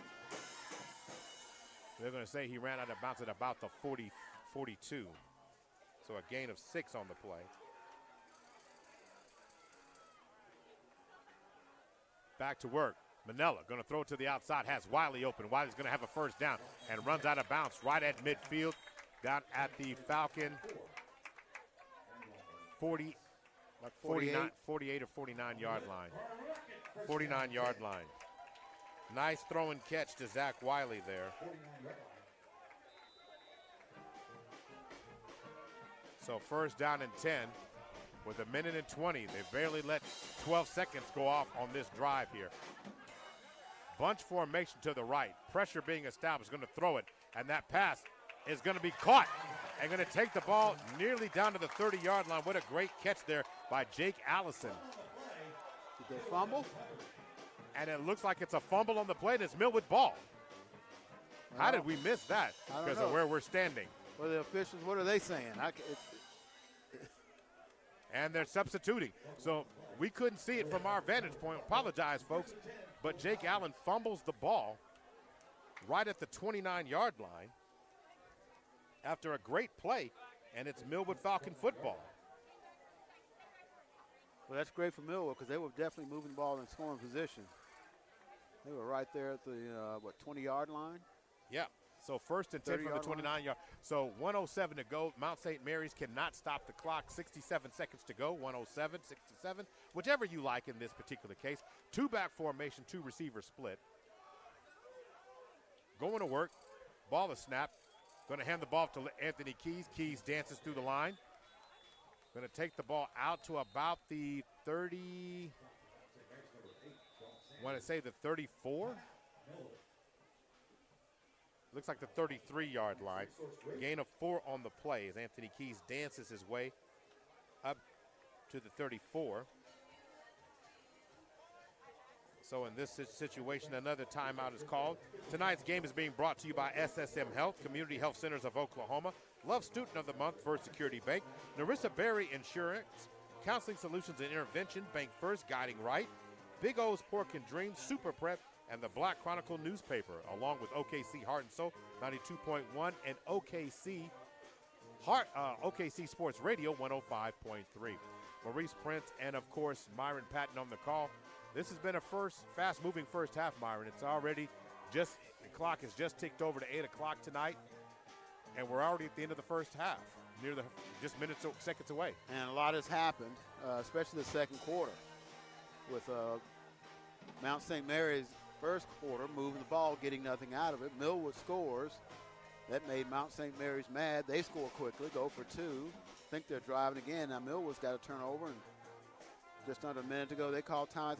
They think they can get on the board before we get out here at halftime. The big story about this first half would be 2 Mount St. Mary turnovers. One of them in the end zone, and then the second one right here in the last minutes of the first half. This time, Anthony Keys tries to dance. Anthony Keys is still on his feet, reverses field position. He's at the 40. He's at the 50-yard line before he's bounced out of bounds. What a job by Anthony Keys. Looked like he was going to run into a brick wall on that blast, reverses field position to the outside, and takes the ball into Rocket territory. They're going to mark him out at the Rocket 46-yard line, 47-yard line. Clock still running. Should it be? I thought he got out of bounds, but I guess he didn't. So again, clock continues to run. 36 seconds to go. The Falcons are going to have to hurry now. I thought for sure he ran out of bounds. Ball is snapped. Going to work. Bly's looking. Going to throw the ball deep. Has a receiver open on the edge. It's Carter Ray. Into the end zone he goes. Touchdown, Millwood. What a play. Donnie Bly threw it on a rope to Carter Ray. Going on the 9 route down the sideline. Stayed in bounds. No flags on the play. Touchdown, Millwood. Well, it's a major breakdown over there. He had nobody even close to him. I don't know if somebody fell down or what, but he was straight up the sideline, the left side of the field, and his only word was make sure he didn't drop it. And what a difference a few seconds makes on the play there. So now going back to work, Denver Young going to go ahead and kick this extra point through. And the kick goes through, and it is good.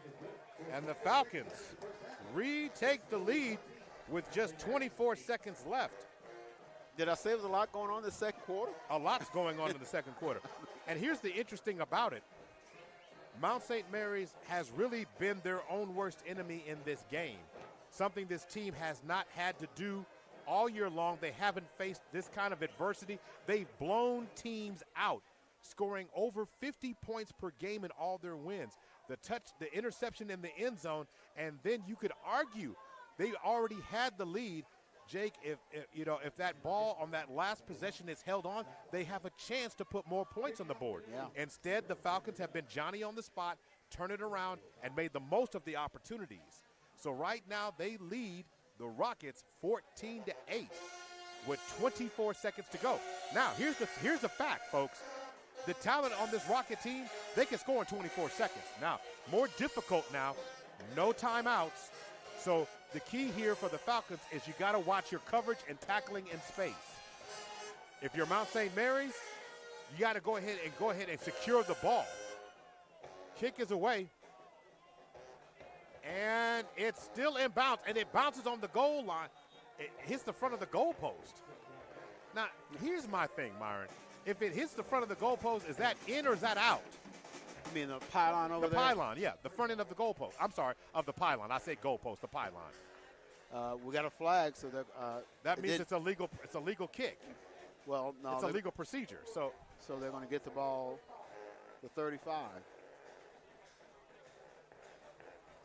He was trying to kick it away from coverage, get it to the corner of the end zone, and he came. That's pretty close, to be honest with you. But as is, they're going to have the ball at the 35-yard line. 24 seconds to go.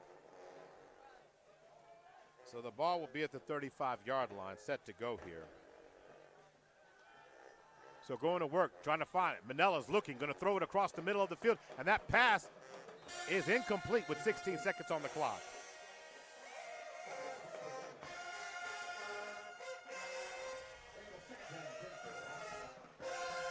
So second down and 10.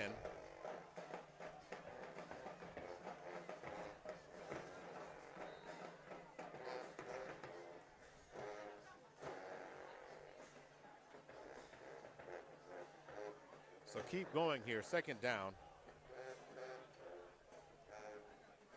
Going back to work. Two receivers split. And they're going to give the ball to Tashuti. And Tashuti, trying to break away, is going to take the ball out to the 41-yard line, and that will be the final play of the first half.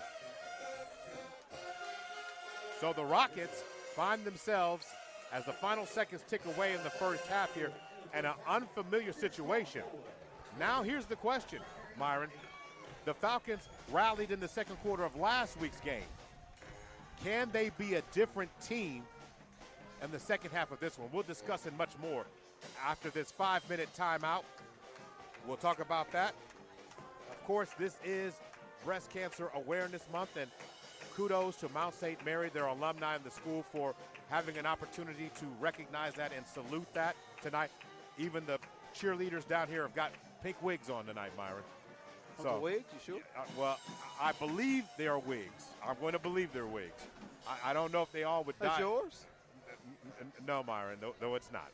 We're going to take it. You have normally. We're going to take a timeout. That's what we're going to do. It looks good for you, man. The Love Student of the Month SSM Health halftime report is coming up in about 5 minutes. We'll be right back.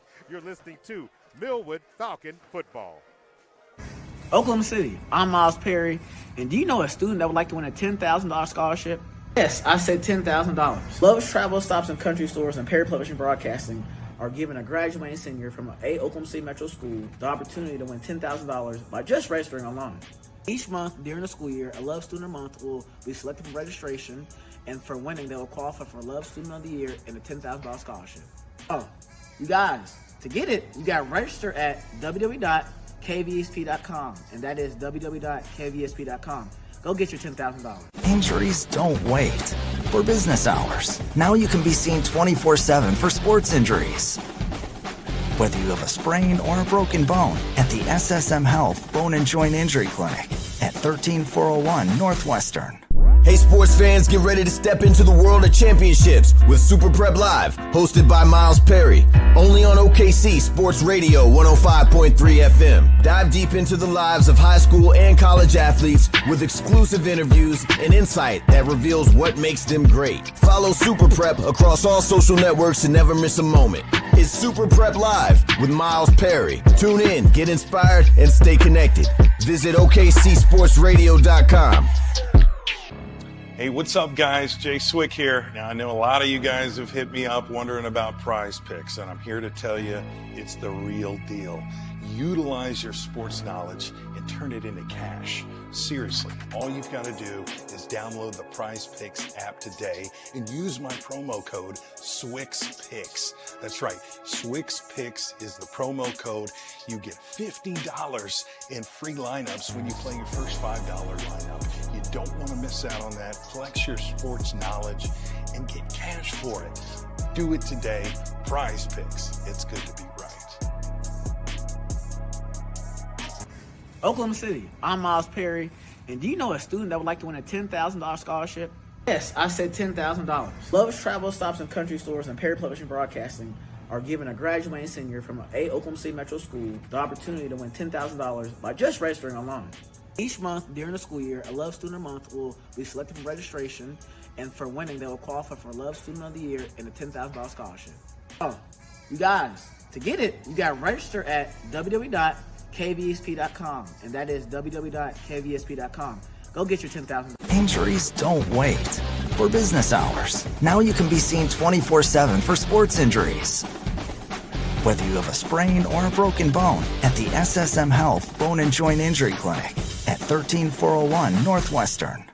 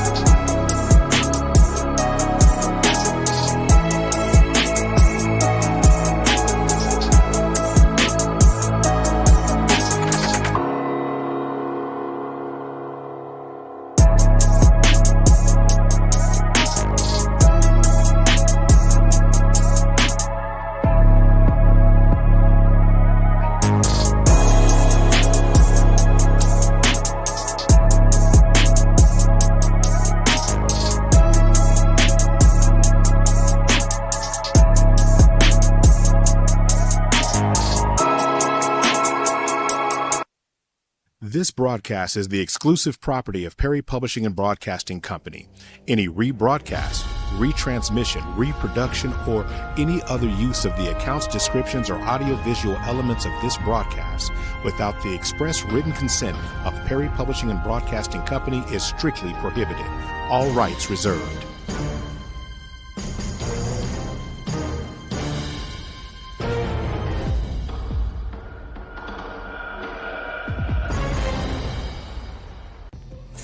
Hey, this right here is a fat butt. Everybody been hearing about it on the radio. You can come to my Millwood City location, 6003 Southeast 15, or you can go to my admin, 285 South Santa Fe. Come get you one of these taters.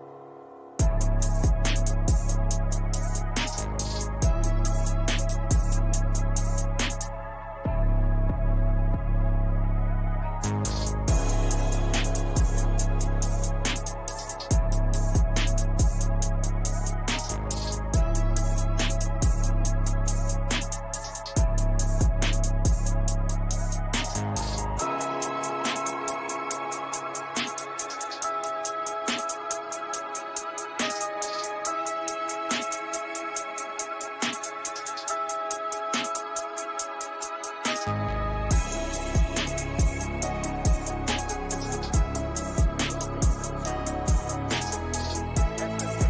Student of the Month halftime report. Love Student of the Month. Let's celebrate and recognize students who exemplify outstanding characteristics in the classroom and citizenship in our community. Each month, a student will be selected as Student of the Month and qualified to win 10,000 smackaronis in a cash scholarship. Apply your child or student today at www.kvsb.com. That's www.kvsb.com. Rules and regulations do apply, and no, Myron cannot apply. So, with that, say what? Did you say something? Yeah, I did, Myron. I said you can't apply. Because I didn't wear the wig? No, you can't apply because you can't qualify for the $10,000. You're not a student anymore, Myron. You are a student of the game, but that doesn't. It doesn't count? No. We need something more in the classroom. I go to classroom, be a student of the game. Okay. Well, we'll talk about that. So, Myron, 14-8. What is the biggest story to you of tonight's game? Well, I think the biggest thing is that if from Millwood's standpoint is you kept playing. I mean, they were moving the ball, but your defense was coming up with enough plays to kind of stop. And I think Mount St. Mary's got a little bit frustrated because they got all these yards but nothing to show for it. But the offensive line, they were always providing some creases for the running backs. They weren't making big runs, but 4 or 5 yards here or there. And I think they've done a really good job. Of course, defensively, yeah, they did some bending, but they didn't really break until here late when they Millwood got the lead 7-0. So it's a game going to the second half. That's what you want. I say the story of the game right now to me has got to be Millwood's defense. Yeah. Millwood's defense has been opportunistic. They have been solid. They have been in that bend, don't break, or if you make a mistake, they're cashing in. They've given up some big plays, but they've made big plays tonight as well, stopping them on Mount St. Mary's on possibly their opening possession from a go-ahead score early in the game. This is something that needs to be said because the team earlier that we've seen these last few weeks, they've played well in moments. They had, you could say that they dominated the Blackwell game, but other than that, the defense has had only moments where they have just looked good overall. But this one, 2 consecutive quarters, Myron, the defense has been making plays, making Mount St. Mary get off the field or not go for it on 4th down, turning it over on downs, getting turnovers. To me, the story of this game has really been the defense. Well, and they came out, first play of the game, Mount St. Mary's gets a big play on the very first game play, and they get down deep in Millwood territory. So, they're certainly going to score. Boy, they get an interception in the end zone. Exactly. And so that squelches that drive. And like I said, they were winning the stats department, Mount St. Mary, but they had nothing to show for it. And I noticed at the end of the first quarter that J.D. Rollins brought his guys together at Mount St. Mary's, and I'm sure they were discussing a few things, and they've never been in a situation like this because they've been putting up 50-plus points on everybody and blowing everybody out. And so I'm sure his guys had to be frustrated that they're moving the football but had nothing to show for it. Then Millwood scores the first touchdown, and now you're trailing. Of course, give them credit. They came back and got a score, the 2-point conversion. You say, okay, now they've stolen momentum back and looked like they were going to score again, but then they have a turnover. So Millwood's done a lot of good things, I think, to frustrate Mount St. Mary's. So first of all, I just want to say Mount St. Mary's is, first of all, not out of this game for a long stretch. But then you can ask the question about the teams that Millwood has played. They've played the 2 best teams in this district, Jones and OCS, and been blown out in both those games. Mount St. Mary's is a team that's trying to establish who they are. They have not played Jones and or OCS. They're playing Millwood tonight, and you could argue this is the first time they've seen a game that's like this. Myron just talked about it, 50 points a game. And sometimes who you play does matter. We don't know how good Community Christian is, but Mount St. Mary's beat them 59-14. We don't know how good the Patriots are, but Mount St. Mary's beat them 55-6. They beat Cassidy 66-3. They beat Crooked Oak 47-0.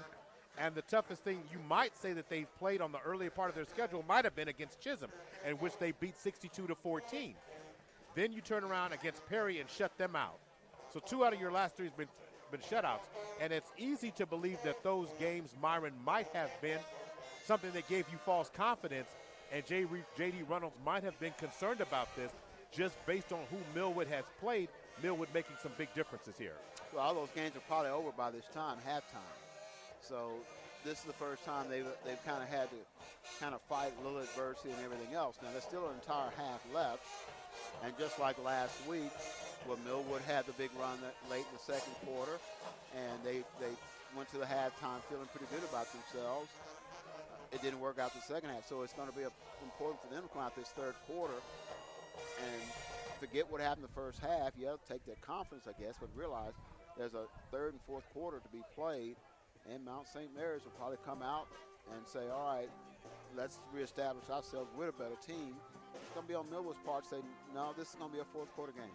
So we'll talk about individual statistics here in just a minute, but we'll just let you know. In the first half, you're looking at it from Mount St. Mary's. They ran the ball for 51 yards, threw it for 177. That's 228 yards of total offense in the first half. Where Millwood on the first half ran for 36, threw for 117, so 153 yards. But yet Millwood leads 14-8. We'll come back and talk about individuals on the other side. Of course, this is the SSM Health and Love Student of the Month Halftime Report, and you're listening to Millwood Falcon Football, brought to you by First Security Bank, Counseling Solutions and Interventions, SSM Health, and Love Student of the Month. We'll be right back. Oklahoma City, I'm Miles Perry, and do you know a student that would like to win a $10,000 scholarship?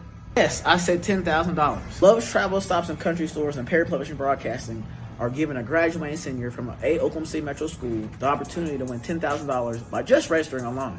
Each month during the school year, a Love Student of the Month will be selected for registration, and for winning, they will qualify for a Love Student of the Year and a $10,000 scholarship.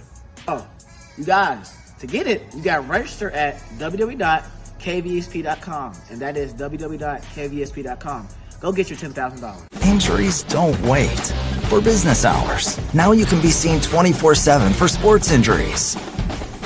Whether you have a sprain or a broken bone, at the SSM Health Bone and Joint Injury Clinic at 13401 Northwestern. Hey sports fans, get ready to step into the world of championships with Super Prep Live, hosted by Miles Perry, only on OKC Sports Radio 105.3 FM. Dive deep into the lives of high school and college athletes with exclusive interviews and insight that reveals what makes them great. Follow Super Prep across all social networks to never miss a moment. It's Super Prep Live with Miles Perry. Tune in, get inspired, and stay connected. Visit OKCSportsRadio.com. Injuries don't wait. For business hours, now you can be seen 24/7 for sports injuries. Whether you have a sprain or a broken bone, at the SSM Health Bone and Joint Injury Clinic at 13401 Northwestern.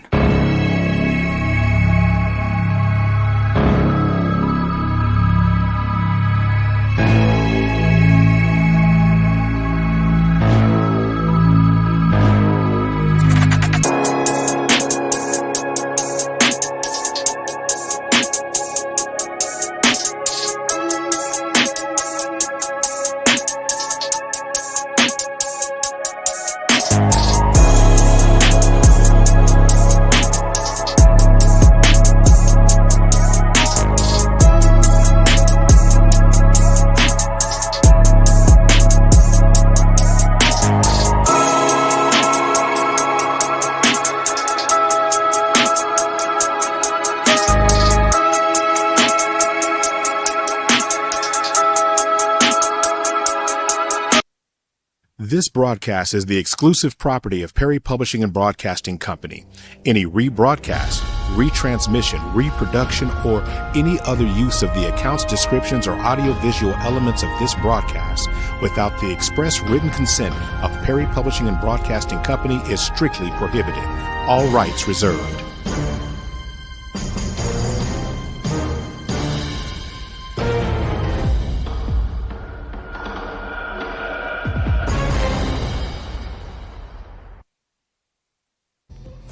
Hey, this right here is a fat butt. Everybody been hearing about it on the radio. You can come to my Millwood City location, 6003 Southeast 15, or you can go to my admin, 285 South Santa Fe. Come get you one of these taters.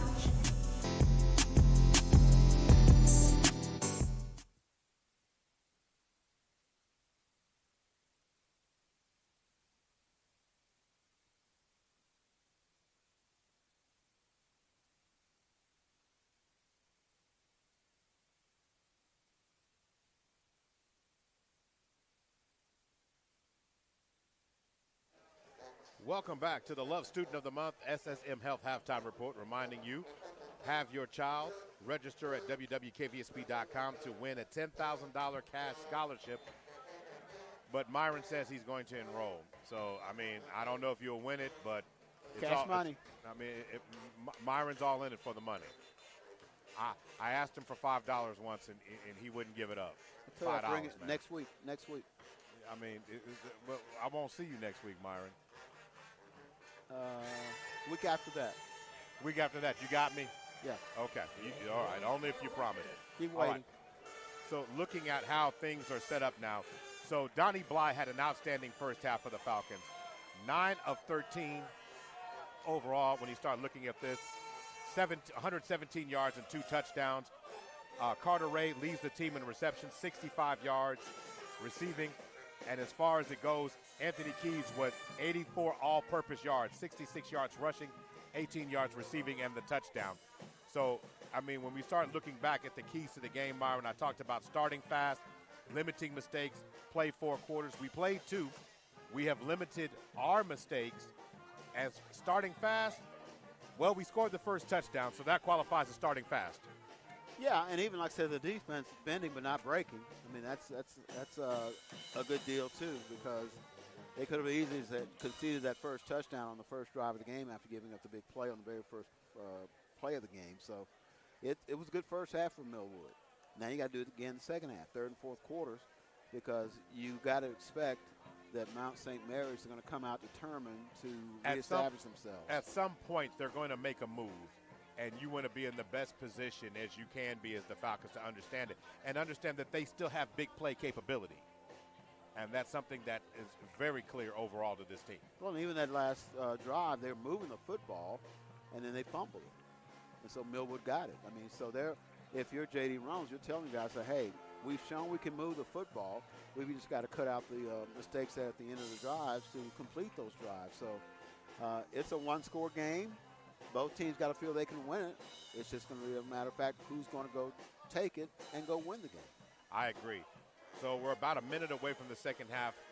So if the Falcons are getting this game back, to me, when you're up 14-8 in the game, you can establish the running game. I still say you got to find a way to get Larry Grizzard running downhill. To me, the only time that you can stop him when he's running side to side, if he turns and goes north and south, he's pretty tough to stop. But Anthony Keys has been dynamic in plays.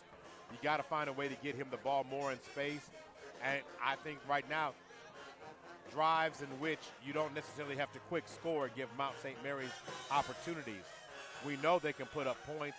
So if you can drive down the field, so a few monotonous drives, a few four first down conversions and getting into the end zone will go a long way, I think, in the Falcons being able to secure possibly a victory tonight in a hostile environment. And one other element we haven't really talked as much about that was also big, and we'll see if it continues the second half.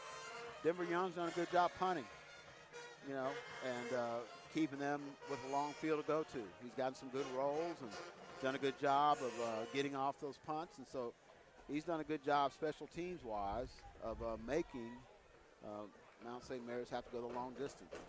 The Falcons are going to get the ball first to start the second half of tonight's game. And so, I think it's just going to be so important on this drive. I know they're going to say, hey, wasn't scoring important on every drive? Yeah, sure, you can use that argument. But to me, Myron, the one thing I want, I'm going to be very honest with you, a first down. First down can help you extend the drive to where it needs to be. Yeah, you don't want a 3 and out because that's what they're looking for, and they can't wait to get the ball in their hands because they feel like they left a lot on the table that they could have scored with. All right, so Anthony Keys is back to get the ball deep there. 12 minutes on the clock. Officially 24 minutes to go in the second half of this one. And last time we checked, for those who are jumping between the NFL, it was, I do believe it's 13-6. Pittsburgh on top of the Bengals tonight. 13-6, huh? All right, kick is away. And Anthony Keys is going to catch it. I'm going to let it bounce to him at the 6-yard line. Anthony Keys looking for the crease. He cuts upfield and is going to get cut down just shy of the 20-yard line at about the, we're going to say at the 19-yard line. Yeah, that extra bounce allowed them to get down and the field, Mount St. Mary's, and get them inside the 20. So 1st and 10 Falcons from their own 19-yard line. So Donnie Bly, the quarterback, they come out with 3 receivers now. Can the Falcons play and be the second team, the team that we know they could be in the second half of this one? Anthony Keys dives ahead for a gains of a couple. Going to take the ball out to about the 22-yard line. So gain of 8. Gain of 2, second down and 8. 11:35 to go for the end of the third quarter. Again, the Falcons up 14-8 tonight. Back to work goes the Falcon offense. Bly has the call. Plenty of time here.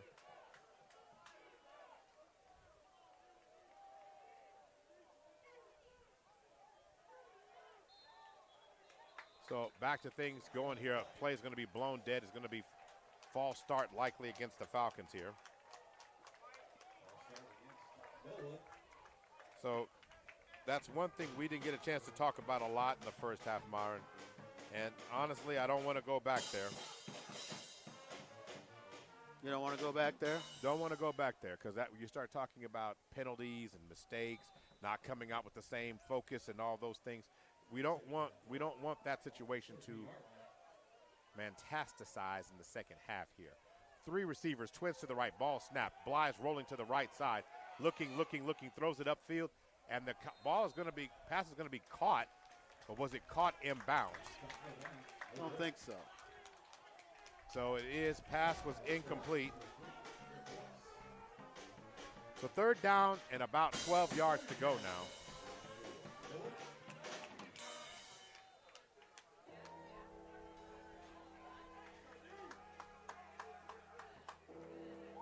So here we go here. Falcons are going empty on this play right now. Well, they're not. Larry Grizzard, single back formation, 3 receivers. Trips to the right. Bly looking, has 3 receivers open, and the pass was intended for Anthony Keys, but he had Denver Young and Mitchell cutting across the middle of the field, Myron. He didn't even look that direction that time.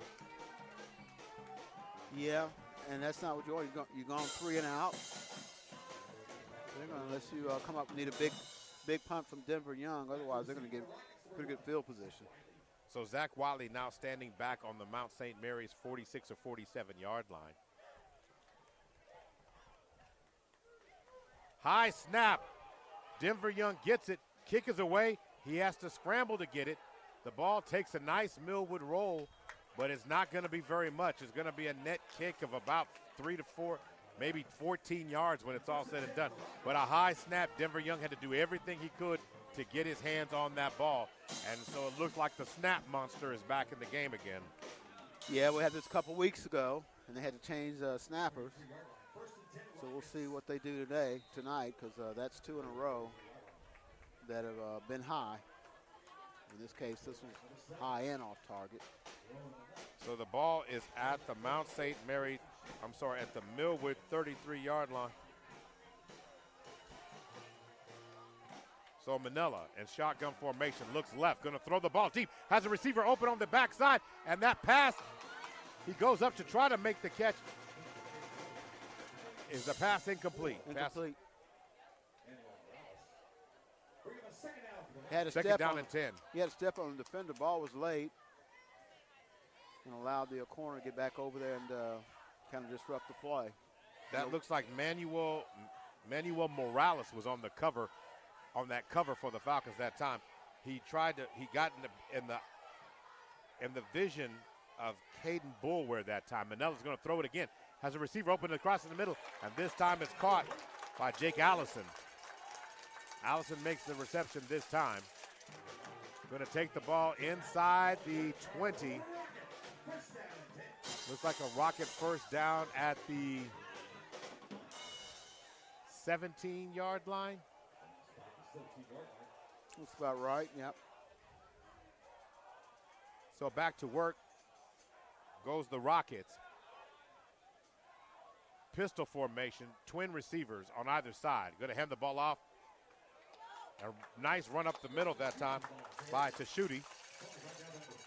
Takes the ball inside the 15 down to the 12. Is that down to the 12 that is, Myron? Looks like the 11. Gain of 6 on the play. See if the Millwood defense can kind of stiffen up here.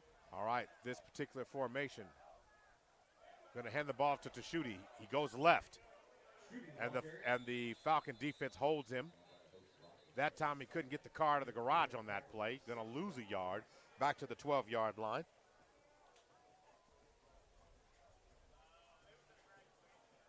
Third down and 5. Another opportunity for the Falcons, but likely in this situation, the Rockets are going to go for it on 4th down. Well, I'm wondering. Yeah, it's about 5 yards here, maybe. 4 receiver bunch formation to the left. Going to roll it. Manuel's going to throw it. Trying to hit the front pylon pass, incomplete. Didn't get enough on that one. Good pressure that time being applied by that Falcon defense, led that time by Marcellus Grant Johnson. Manella on that time, again, was rolling right to that right side, but he couldn't get enough arm. He tried to, if he had planted, maybe he could have got a little bit more on that one, Myron. Yeah, so he's under a little pressure right there, and they are going to go for it. So 4th down, an opportunity for the Falcon defense to hold here. Shotgun formation, ball snap. Manella looking left.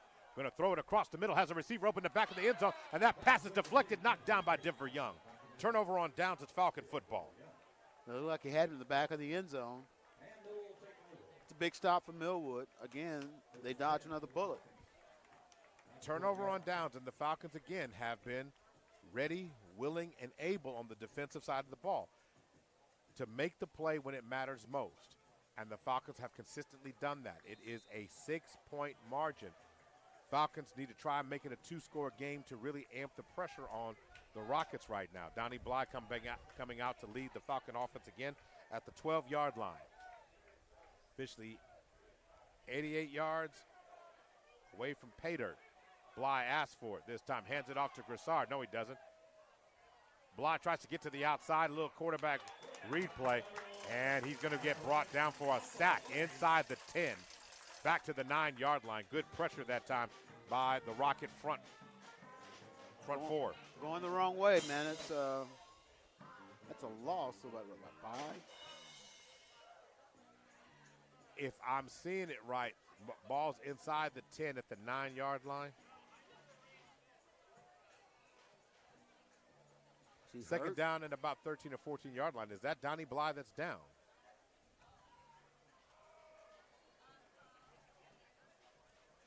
Could be a cramp. Looks like it's a lower leg injury that he's getting looked at right now. Yeah, they start lifting that leg up and bending that toe. That's usually a cramp.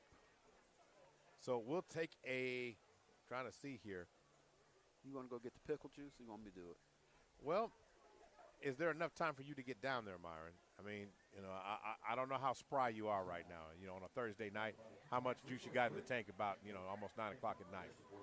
I jumped the fence, a little pickle juice on ice. On ice? On ice. Side of mustard. So he's going to be able to get up, but it looks like it is a cramp, and it is Donnie Bly. See, he got well when I said about the pickle juice. Is that what that is? That's what he's talking about. He's talking about the pickle juice. I'm all right. Coach, I'm all right.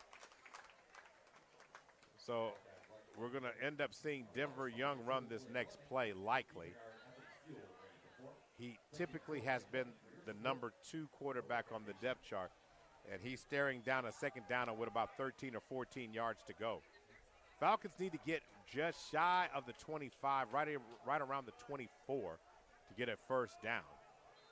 But the Falcons look to be a little short right now of a person, and they're going to get him back on the field right now. Plenty of time on the play clock, about 20 seconds to go. All right, the Falcons look like they're coming set. 9:03 to go in the third quarter. Ball snap. Denver Young has it, and Denver Young's going to take off. But this time, he cannot turn the corner as the Rocket defense denies him. Going to be a loss on the play back to the 5-yard line. Looks like a loss of 3. Denver said, now you want me to play quarterback. So a loss of 4 on the play. So now you're staring down 3rd down and 17. So what you want here is no mistakes. And to me, this is a running the ball play here. If you're Denver Young, you have not thrown a pass, haven't had a chance to warm up, Myron. The smart decision here is another running play. You could quick kick. You could. And this time, ball's in the hands. Was that Larry Grizzard on the carry that time? No, it was not. That was D'Angelo Robinson was the carry that time. Robinson gets out to the 15-yard line. Or no, he doesn't. Ball's not at the 15-yard line. Ball's at maybe the 7-yard line. So Denver Young's going to go ahead and kick this away, but he needs to get a solid snap. The last couple have been drifting over his head. A good snap here. Wiley standing at the Millwood 41. 10 seconds on the play clock. Plenty of time. Snap. Denver Young has to go get it. High up. End over end, and it takes a bounce. And it will roll out of bounds. Took a decent bounce, but Denver Young has not been able to. The earlier punts in the game were snapped right to him. We saw him really flip the field. The last 3 or 4 snaps, Myron, the adventure is, can he catch it? Can I just get it and catch it? Well, can he get it snapped to me? Yeah. To him. So officially the ball will be at the Millwood 46, I do believe. Yes, it is.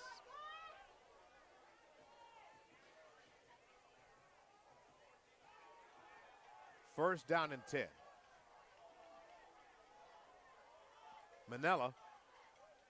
Wiley comes in motion. Manella looks right. Pressure up the middle, and he's going to get sacked on the play as Marcellus Grant Johnson came in and sacked him in the backfield. Going to be dropped for a loss of about 10 or 11, maybe 12 yards on the play. They're going to mark him down inside the 45 at the 44. Big play, just came straight up the middle, and quarterback didn't have time to even think about throwing to anybody, so he just took his loss and said, we'll come back. 2nd and 20. So it's 2nd down and 20 now. Loss of 10 on the play. 3 receivers, twist to the right side. Manella's going to fake it. Going to throw it to the outside, and the pass is going to be caught by Wiley. And what a great, tremendous catch and throw. Wiley coming across on the crossing route to the Millwood sideline is going to get him close to another first down, maybe a yard or 2 shy of a first down, but another tremendous pass play by Manella. Yeah. Yeah, right on target where you get catch and turn and run. It's going to be 3rd, maybe 2 yards. Yeah, 3rd down and 2. Ball officially at the 38-yard line. 6:35 to go. A makeable position to give the ball to Tashuti on this play. 2 receivers split on either side, and Tashuti gets it. He dances up the middle and will get a first down inside the 35 down to the 34-yard line.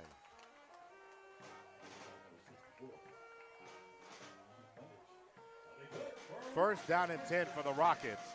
6:22 to go. The Rockets continue to put pressure on the defense as the Rockets are having their second possession of the second half here. 4 receivers, bunch formation to the left and trips. Going to throw the ball deep. And that pass is thrown out of bounds, intended for number 11, Zachariah Robinson. Pass incomplete. 2nd down and 10, 6:11 to go, Myron. We'll see what Millwood's come up with some pretty big plays, and they've had to have it. We'll see what they do here on 2nd and 10, see if they can live to fight another day and keep them off the board. Or as it goes right now, 3 receivers, trips or a bunch formation to the left. Manella rolls left. He's looking, plants, fires, pass incomplete, intended again for Robinson. So 3rd down and 10. Manella rolling to the near side or to his left, trying to complete that pass, and it's one of those things where you got to square your shoulders around to set to lead the receiver. If not, your energy just forces the ball into the, I guess I want to say at least you're leading the receiver too far. Going back to work, 3 receivers. Twins left to Schutte in the backfield. Pressure up the middle is picked up. Manella's going to throw the ball, and the pass is going to be caught.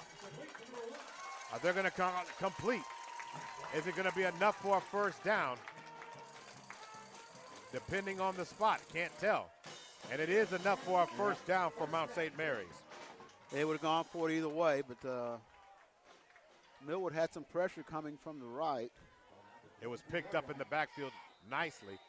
Pass gets the ball down to the 23-yard line.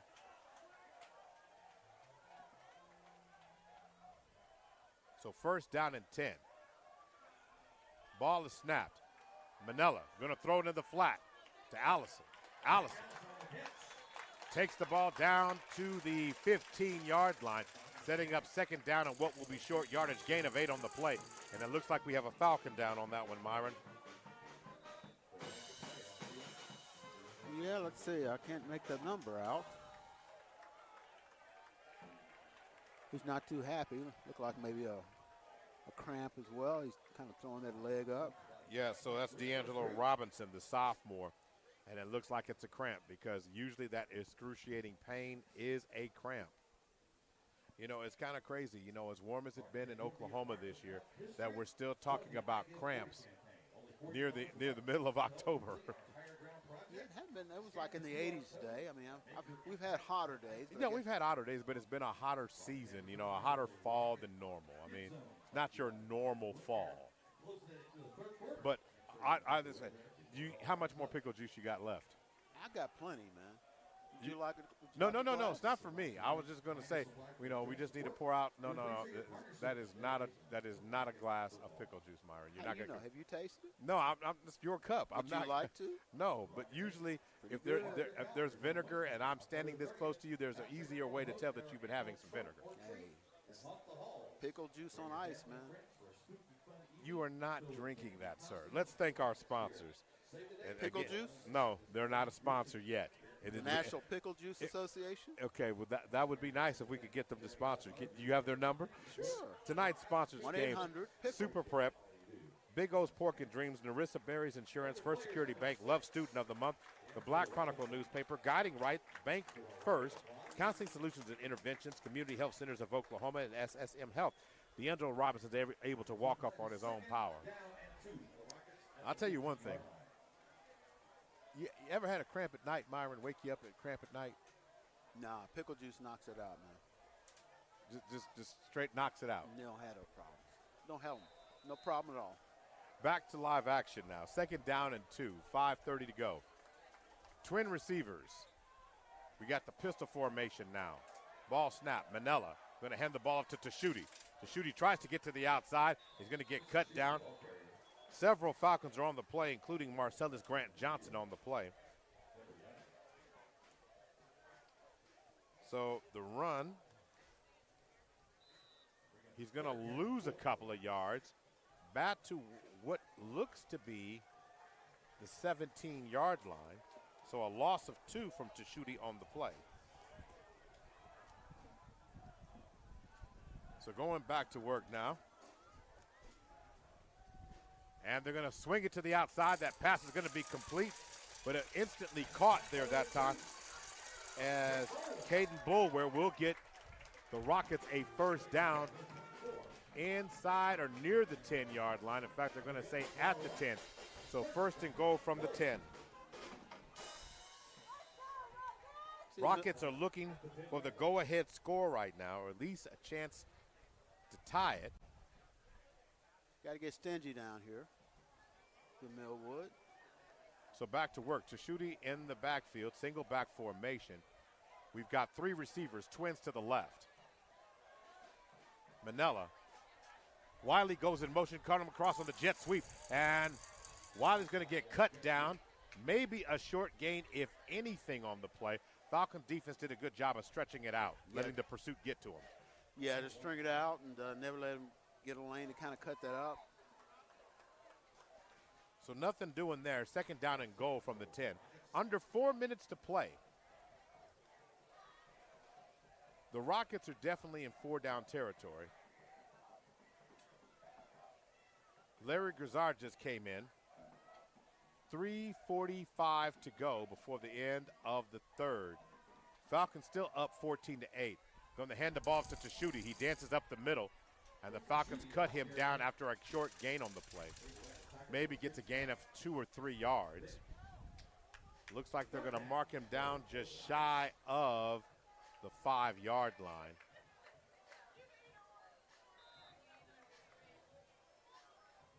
This is close where they had the issue in the first half where they threw the pick. 3rd down and goal from the 6. 3:12 to go. 3 receivers. To me, it's quite simple. You just give the ball to Tashuti.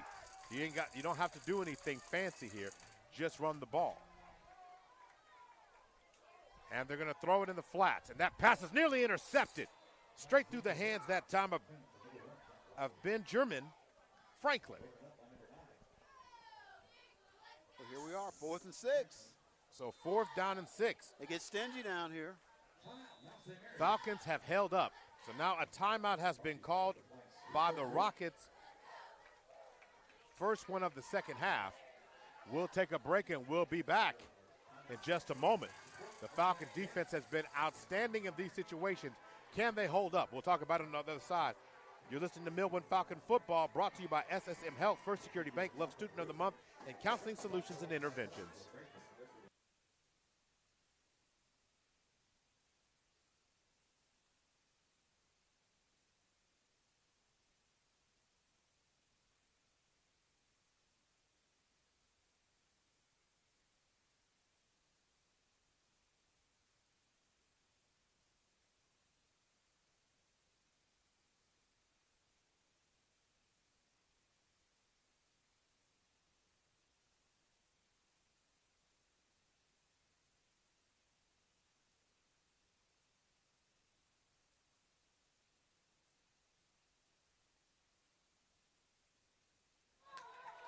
Back to live action now. 4th down and goal. 2:57 to go. Single back formation. 4 receivers. Manella's going to throw it across the end zone. Pass is deflected, and the Falcon defense holds again. But there is a collision, and we've got some down Falcons in the end zone. Well, they get stingy down here, man. Of course, the closer you get to the end zone, things get a little bit more congested. Back of the end zone. Can't tell who that injured Falcon is, but they are literally trying to get off the field, but the coach is telling them to hold on, give yourself a minute. So the Falcon defense holds again for the second time with the ball inside the 5-yard line. And to me, I understand the need to try to throw the ball. You've got the targets if you're the Rockets, but to me, I put the pressure on the Falcon D-line by running to Shooty there. That's what I would consider doing. But you're on the 5, though. You're on the 5, right. But here again, the Falcon shows that they are capable and cutting down those passing lanes and really doing an outstanding job again tonight, all night long. We're about to get 3 excellent quarters of Falcon defense tonight. We're on the verge, Myron. We're on the verge. Well, like I said, they get stingy down there when it gets close to the goal line. It's pretty much the exact same place they were in the first quarter where they got the interception. And right there you had several guys had a chance to get their hands on it. So trying to go across the middle. I'm surprised they didn't maybe they've got these big receivers, put them on a slant or something, make it a jump ball situation or something like that, maybe to the corner of the end zone. All right, it's Falcon football again. Donnie Bly is back on the field, if anybody was wondering. His receivers out there on this particular play look like that's out there. That looks like that is Mitchell out there as well as Carter Ray. Twins right, twin back formation, ball to snap. And they're going to give the counter to Anthony Keys. And Keys maybe gets a yard on the play there, Myron, maybe.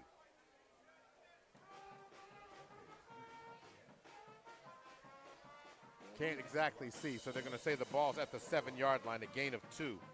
So 2nd down and 8 here. Key for the Falcons here. Try to find a way to muscle out a 1st down here. Going back to work. 2 receivers split. 2 back formation. Bly in shotgun. 16 seconds on the play clock.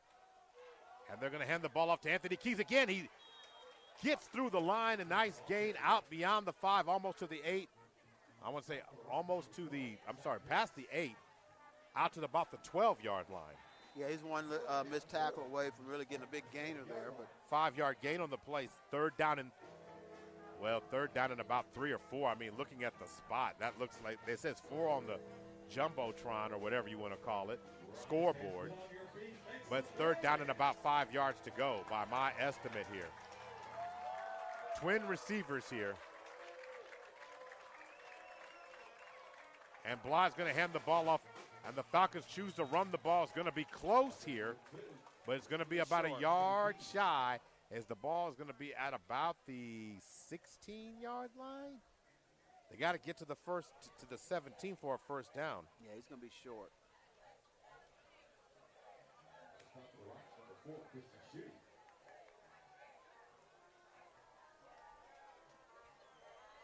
Decent run on the play for the Falcons.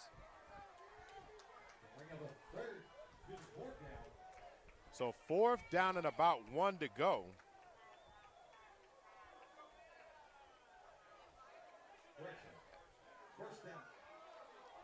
Okay. They say first down. So they say first down anyway. So they say Grizzard got it.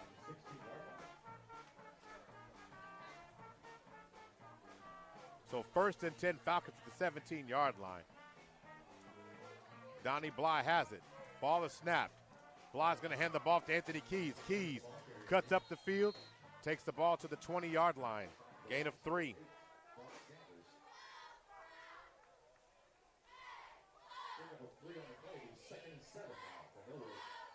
So 2nd down and 7. Under a minute to go in the 3rd quarter. Falcons got a first down, and to me, that's big. Yeah, it's real big because they would have been punting, and we're about to extinguish this 3rd quarter, so you're about to get to the 4th quarter with a lead. So as it stands right now, 2nd down and 7. 2 receivers split, ball snapped. Bly feels the pressure. He's going to fire the ball deep, and ball was intended for number 17 in this case, which is Mitchell. Pass incomplete. And here's the reality. Bly thought he could hit that. 13 seconds. I mean, that one hit to Carter Ray. He said, hey, man, I got to take another shot. Yeah, he tried to get him, get his feet right, but just couldn't have enough on it. Mitchell tried to come back and get it. So 3rd down and about 7 yards to go. Falcons need to get just shy of the 27 for the first down. 13 seconds. 2 receivers split, 2-back formation. Bly going to hand the ball off to Anthony Keys. Keys got a crease, makes a man miss. At the 35, he's at the 40. At the 45, he's at the 50. Keys hits the Jets, makes another man miss. Dances around the 30. He's at the 25, down to the 20. He's fighting, still on his feet. Finally brought down inside the 20 at the 18-yard line. What a run by Anthony Keys. What a block by the O-line. And as we go into the 4th quarter, the Falcons are in control, ready to score again. That may have been his best run all season. He made about 3-4 guys miss just by changing direction. And the thing is, when he changed direction, he didn't slow up. So as it stands, we'll get back. Anthony Keys over the 100-yard mark. We'll talk about it on the other side. Into the 4th we go. Millwood Falcon football brought to you by SSM Health. First Security Bank, Love Student of the Month, and Counseling Solutions and Interventions.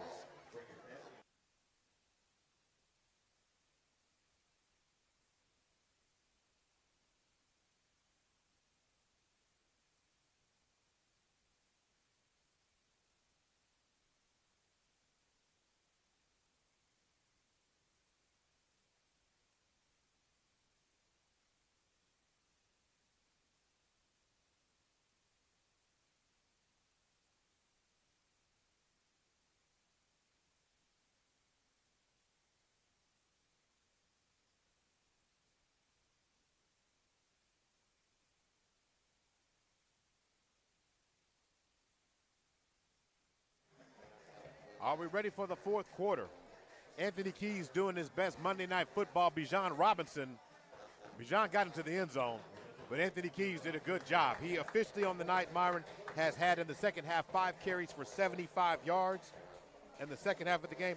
Total in the game itself, 14 carries for 141. That last run, he had guys turning all kinds of ways just trying to keep up with him, and he didn't slow up. He went left, he went right, and he had a host of guys around him, but nobody could ever get a hand on him, and he just kept churning out yards. A huge play to put Millwood in prime scoring position here as we begin the fourth quarter. Time to start the fourth quarter. 12's on the clock.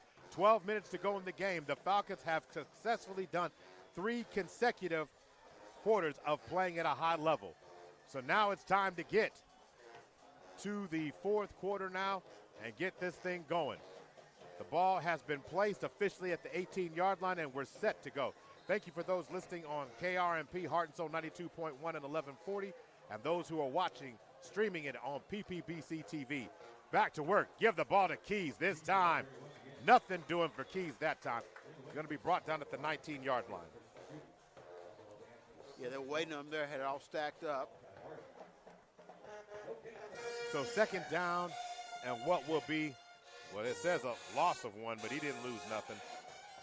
He just didn't gain nothing. Second down and 10. 11:36 to go. More importantly, the Falcons are also playing the clock. How important would you say to come away with points to make it a 2-score game against Mount St. Mary's tonight? It's huge. It's huge. You obviously want the touchdown, but even a field goal gives you a 2-possession lead. Diamond formation, 2 receivers split. Anthony Keys. And before things get started, looks like we're going to have a false start against the Falcons. False start against the Falcons moves the ball back to the 23-yard line. So now we'll be second down and 15. This is what you don't need. These are the moments you got to execute here. Now, it's not unsurmountable, but you got 2 plays because it's not on first down. You got to get half of it here somehow, Myron, to make it a makeable or an easier third down conversion. Yeah. And the run's over, the long run. Now you got to execute, keep it cool, and find a way to get this ball in the end zone. All right, there is 9 in the box for Mount St. Mary's on this play. Going to throw the ball deep, has a receiver in the end zone, and it's dropped. But contact is done on the play there by, as Mitchell went up to try and catch that ball. Contact was in the end zone, according to the officials. We'll have to see what the call is here. Could easily be pass interference, but from our vantage point, that's what it may appear to be, but that doesn't necessarily mean what it is. Let's see here.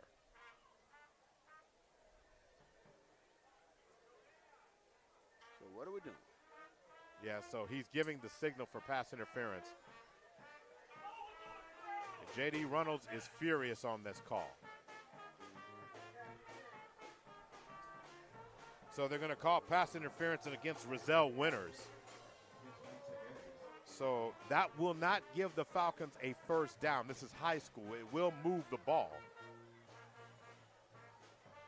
but it won't give them a first down. That's only in college and in NFL. High school level, it should move the ball. But stranger things have happened, let me tell you that. It should move the ball ahead for 10 yards. And let's see here, penalty.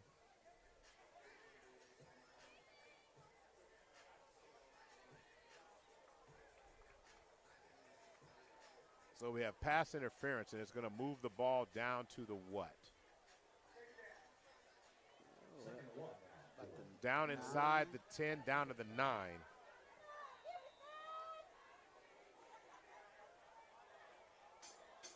So second down and 1. Anthony Keys goes in motion. They're going to hand the ball to Grizzard, and Grizzard has the gate closed on him immediately. It's going to be a loss on the play. Great job, pressure up front by Donald Sanders. What a man's play on that one. Blew up the play. And the Falcons are going to be, he's going to be tackled, as Grizzard's going to be tackled at the 15-yard line. Well, the best thing he did was hang on to the ball because they were trying to steal it. Third down and a long 7. So now you got 2 receivers split. Anthony Keys is lined up in the slot. So Keys is lined up on the slot. We've got 3 receivers. Keys is on the left side. You got Carter Ray in the slot. Keys goes in motion. They're going to roll and stretch it out. Keys is open, and it was well read. Great defensive call that time as Zach Pitts did a great job of covering Anthony Keys out of the backfield there. So pass incomplete, intended for Keys. So 4th down and 7 here. Now, Denver Young can kick this ball. Does he have 25-yard range kicking into the wind? I don't know, because the wind is coming from the south, Myron. Yeah, I'm looking at some.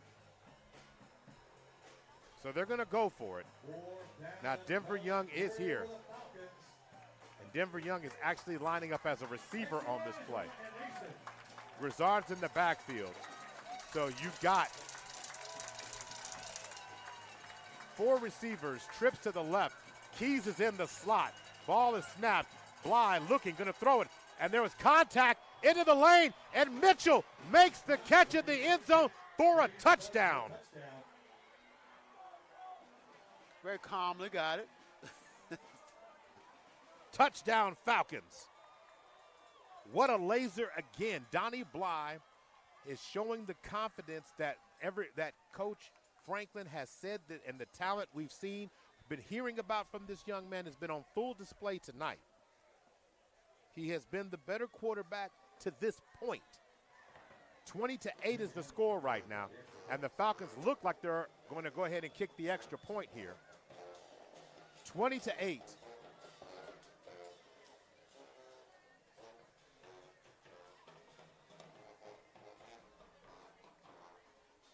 So zeros on the play clock here.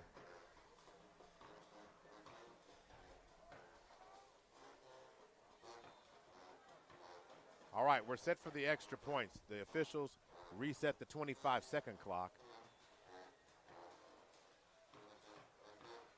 And through the upright it goes, and the 2-point conversion is good. And the Falcons are up 21-8. 10:09 left. We'll be back. You're listening to Millwood Falcon Football, brought to you by SSM Health, First Security Bank, Love Student of the Month, and Counseling Solutions and Interventions.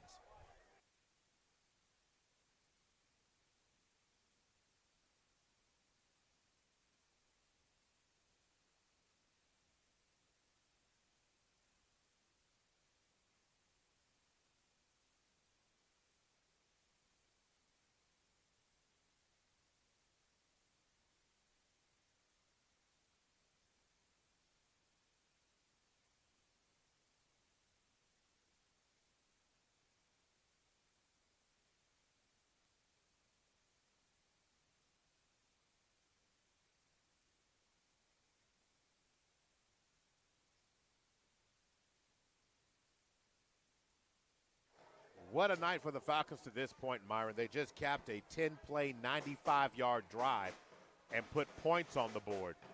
And Mount St. Mary's, I don't know of how much they've been down this year, if at all, at any given time at all this year. I would say, look, looking at their scores, probably this first time.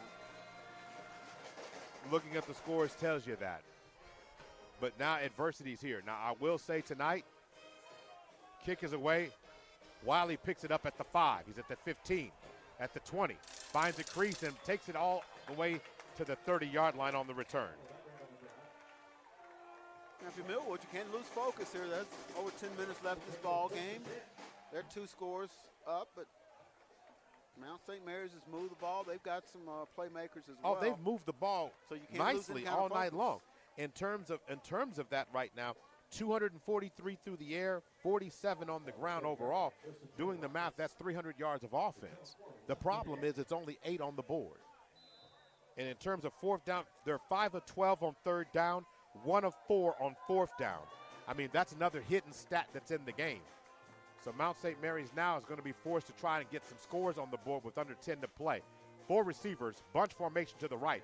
Going to try and throw the ball. Pressure by Manella. Going to throw the ball to the outside, and Wiley makes the reception. Great job by Wiley. Wiley with the catch is going to be marked just shy of the 1st down. Maybe a gain. We have someone down in the backfield here. That looks like that is Marquise Vick. Another cramp, maybe? Could be.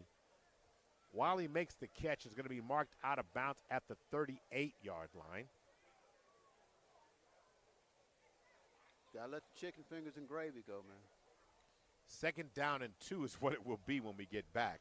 You want to get something, man? No. Go ahead, get I'll no, take care of this, man. Go ahead. No. Stop, Myron. You want 6 or 4? How do you know what the young man? Stop. Piece. No, he's not giving you 6 pieces of nothing, Myron. You said you got pickle juice in the cup on the ice. I'm good. Pickle juice on the rocks? Hey. Okay. That's right. It's chicken fingers with the pickle juice? I'm not really sure that I came, there was not even a word. I just said, I couldn't even get a word out. That's bad.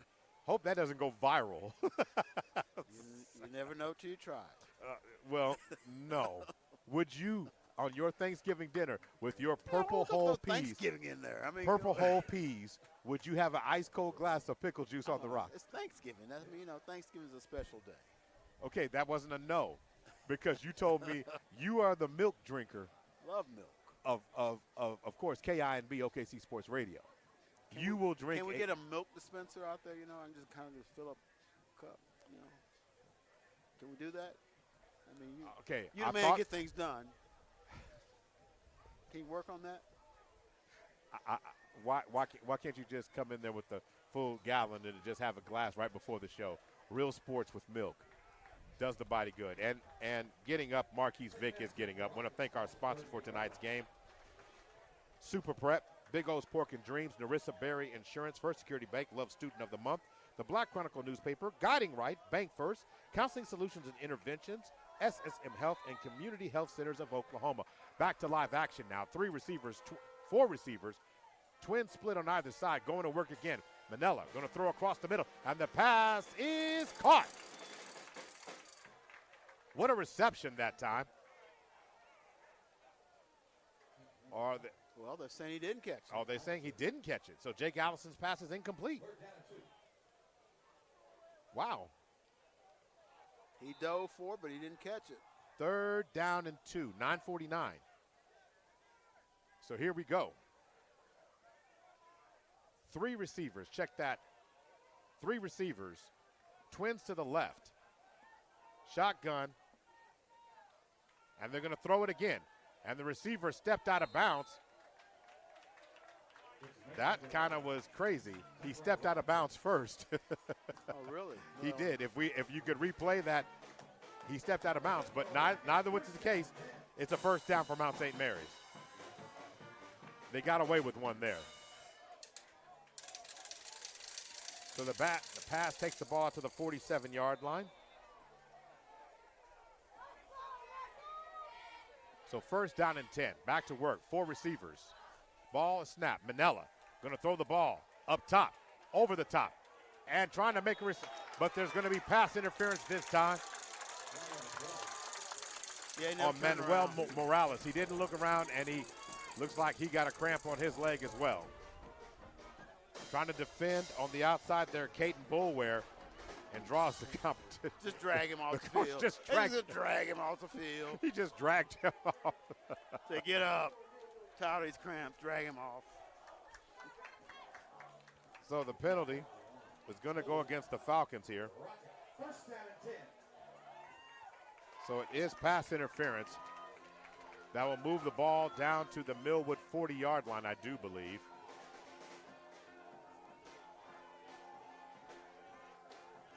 Or I think it's going to inside the 40 down to the 38-yard line.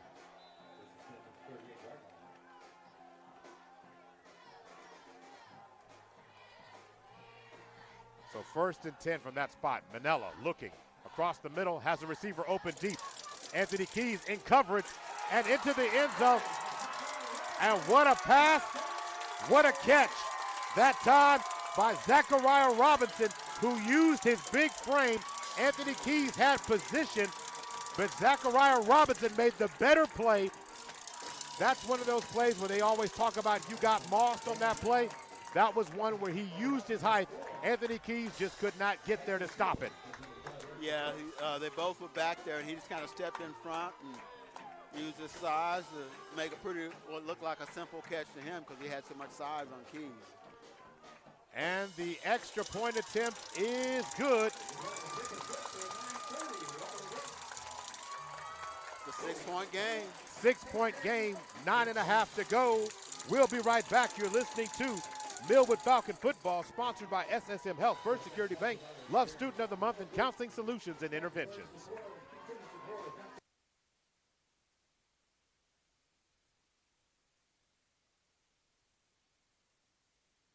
This broadcast is the exclusive property of Perry Publishing and Broadcasting Company.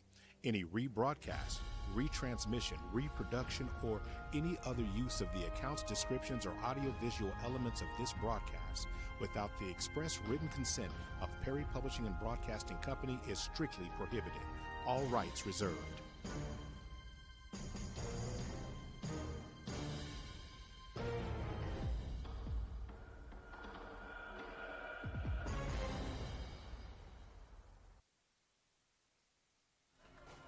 Yeah, we're back. The Rockets were able to launch one, Myron, on that last drive there. 13 plays, 41 yards. I'm sorry, 4 plays, 70 yards for the touchdown. Most impressive thing on that last drive. If you had to give one on the Rockets on that play, on that possession, what impressed you about that last drive? Well, they know there's a lot of time left. I mean, you got a lot of time. It was 10 minutes now, 9.5. This game's far from over. They went to their playmaker. Deep kick, and it's going to go into the end zone for a touchback. No, they're going to set it at the 25. That's what they've been doing all night. I was about to say something. They put it at the 20. Because, again, it's supposed to be the 20-yard line, but they're moving it to the 25. You start at the 30 if you like. That would be nice, but they're not. It's going to be 1st and 10 from the 25-yard line. But it's been that way all night long. I'm telling everybody, if you watch high school football, the ball should be spotted at the 20. College is 25. Going to work. Diamond formation again. Anthony Keys comes out. And Robinson gets it in a blitz right up the middle to Schutte. Cuts him down, and he brings out the battle axe and a chop to go with it. Loss of 2 on the play. Back to the 23-yard. If you're Millwood, you got to stay aggressive. I mean, got to keep playing. So that's what that was. So back to work again. And going to hand the ball up to Keys. Keys takes it back up to the 26 or 27-yard line.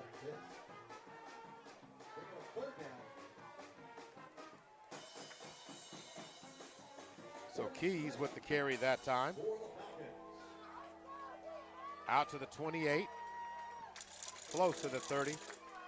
3rd down and 7. If you're the Falcon, this is an important 1st down. Diamond formation, and the Rockets are showing blitz. Going to swing it. Grizzard has it in space to operate. Hits the Jets and punishes the tackler and takes the ball out beyond the 30-yard line out to about the 39. It's going to be a Falcon 1st down. Right play, right call, better execution by Grizzard. Yeah, it's a nice play call. By the time he got the ball, he had the corner already. And like you say, he did lower that shoulder, get a few more tough yards, get another fresh set of downs. Clock keeps moving, you keep moving. 8:22 to go. Falcons need to do what they call one of them 6-minute drives. Diamond formation again. Robinson goes in motion. They give the ball to Keys with an opening space. He cut to the right. He should have cut to the left. Yes, yes. He cuts left. He's still running. Keys takes it for a gain of 2 out to the 41. 2nd down and 8. 8:03 to go.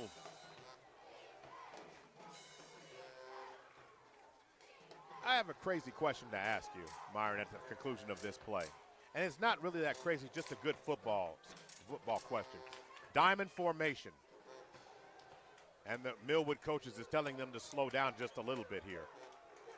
Anthony Keys stretches out. They're going to give the ball to Grizzard. Grizzard is going to get dragged down. Oh, for the days of tearaway jerseys. Yeah, tearaway jerseys, he's still Grizzard's running. going to lose the ball back to the 38-yard line. He had a handful of jerseys, and it didn't give away. Of course, the folks who got to buy those jerseys at Millwood, so that's why we buy them. We don't be buying a bunch of jerseys. Yeah, that's why the NFL players, you'll see them with those jerseys you can't barely breathe in. They don't leave nothing else that you can grab. Nope. And you got to understand, when you start talking about Larry Grizzard, you're talking about a freshman, right? Not even until that true athletic body right there. But that jersey does have some, some space to grab. It's like grabbing my shirt. There's some room. Yeah, it was. If he could have gotten away, he would have picked up the first down. Millwood's going to take a timeout, facing down a 3rd down and 14. So here's my question I'm going to ask you while we were here.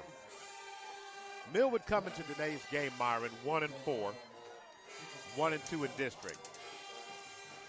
Or maybe I'm wrong on that. There's a couple of times I've said it and it's kind of bothered me. No, I'm right, 1-4. Do you think this is the definition of a trap game for Mount St. Mary's?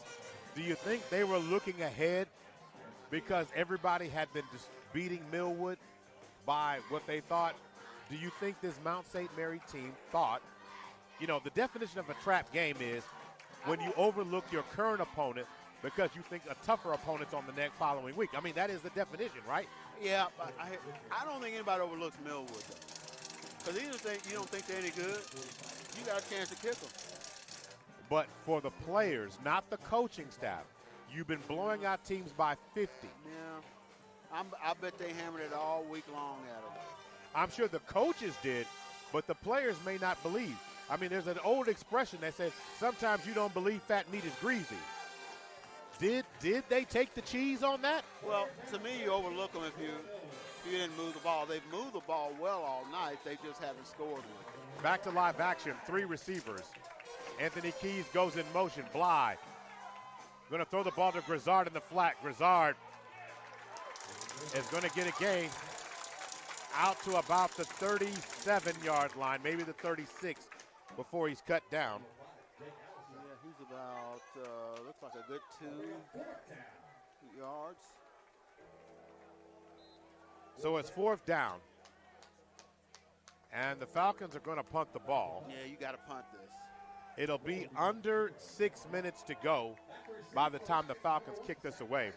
Zach Wiley standing inside the 30 at the 28-yard line. Can you get the snap right so he can get a good punt off? The winds have kind of died down, but the Rockets are still looking at possibly excellent field position. Ball is snapped. Good snap. End over end kick. It rolls out inside the 30 at the 28-yard line. So good kick by Denver Young. So change of possession. 72 yards from a tie or the lead for the Rockets. The Rocket fans are on their feet for this possession. And if you're the Falcons, everybody needs to have their pickle juice, according to Myron. That's right. And get ready to get a stop on this drive. Get your good swig. Yeah, so we'll request it the next time we're at the Falcons. I'll tell my producers that on Myron's rider, he wants pickle juice on the rocks and a glass of milk. Pressure. Manella going to throw it to the outside. Pass incomplete. I thought he's throwing that one to you. Could have. Because, I mean, when I said pickle juice and milk, that could have really been a distracting factor for a young quarterback. You got to die for it, though. Who has to die for it? You. Well, you're the one who wants pickle juice and milk. No, I don't need to die for he it. threw it to you. It was a little off target. 2nd down and 10, 5:36 to go. All right. 3 receivers. Manella looking. Wants to throw it to the outside. Going to fire it across the middle, and the pass is complete at the 31-yard line to Robinson. A short gain. Robinson with a great reception on the touchdown play in the end zone. If you can keep them here, put them in a situation, do they go for it or punt it? 24-15. Wait a second. How'd they throw to the outside? And Anthony Keys is going to tackle him just shy of the 40-yard line. Is that about 3 yards, 2 yards? And so it's going to be 3 yards shy of the first down as the pass was caught out to the 36-yard line. One thing I don't understand, Myron, the scoreboard is wrong. So there's going to be some folks upset at that one. Going to work now. And it looks like they're going to punt this ball away. We'll see. They're going to go for it. Going for it up the middle. And it looks like the Falcons are going to stop him, but they're going to say he got enough. Now we're going to see if they mark it. It's going to be close, and it is a Mount St. Mary's first down.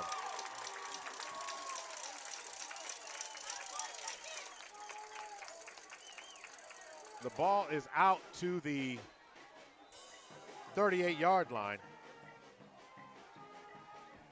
First down and 10.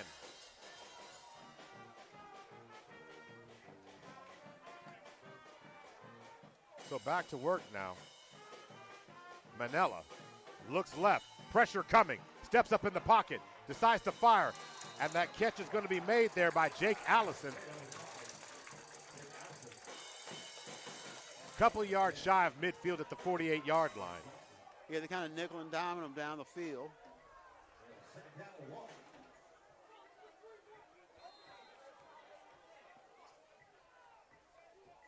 So it is second down and about 1 to go. Ball is snapped. Manella going to try to throw the ball over the middle. And Wiley sails out to make the catch. His pass is incomplete.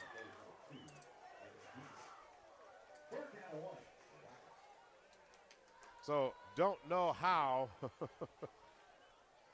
little bit out in front, but he just he thinks he should have caught that. So now back to work, 3:23 to go. So third down and 1. 3:23 to go in this game. Big situation here. Can the Falcon defense get a stop? The Falcon defense has been money all day long. Two receivers split. Pistol formation. Teshuti with the ball. Teshuti up the middle. Still on his feet. And going to be dragged down at the Millwood 35-yard line. Make that the Millwood 36. Just straight up the middle. Big runner. Picks up some tough yards. 21-15. Clock continues to roll. Falcon defense just got to be on their toes now. Make that 4 receivers. Empty set, 5 receivers. Trips to the right. There's a receiver open deep into the end zone. And the pass is incomplete. Boy, he's lucky there. He had a step on him. At last close. Tried to get the ball outside to Caden Boulware. Pass incomplete, but there is going to be pass interference against the Falcons. DeMontre Butler did not turn around. Yeah, he was just kind of face guarding.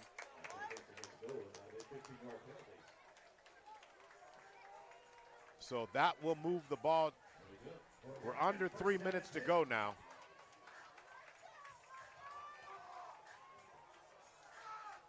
I mean, if you're going to, it's not a bad play on his part. No, because you'd rather have the pass interference. Now, if this is the NFL. Yeah, it's a spot foul. It's a spot foul. Yeah. But it's not a spot foul in high school. So the ball is at the 36-yard line. They're moving the ball down inside the 30, down to the 20.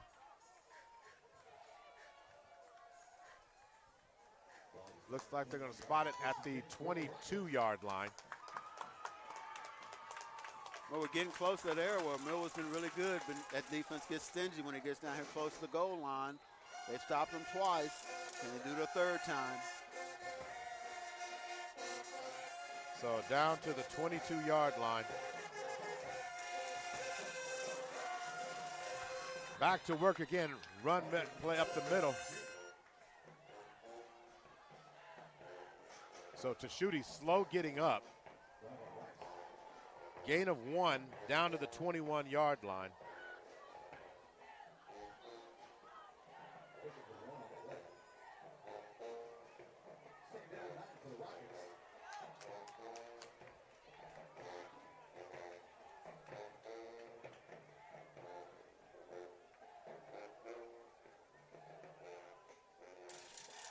Pass into the end zone, looking for space, and that pass is broken up. What a play by Carter Ray in the end zone. Good play.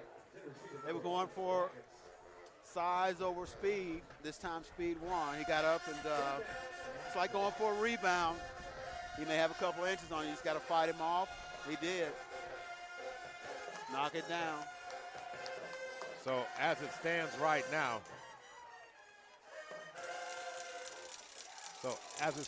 now, back to work. Manella going to throw it to the outside, and that pass is incomplete. They want a flag on the play. The reason why there won't be, I assume that it's still that short contact against the lane. So it's a 4th down and 9 situation now. So pass incomplete again. So 4th down and 9, 2:10 to go. Mount St. Mary's is calling the timeout. Now, Myron, with 1 timeout left for Mount St. Mary's, is this necessarily the game? No, but it's a very important thing.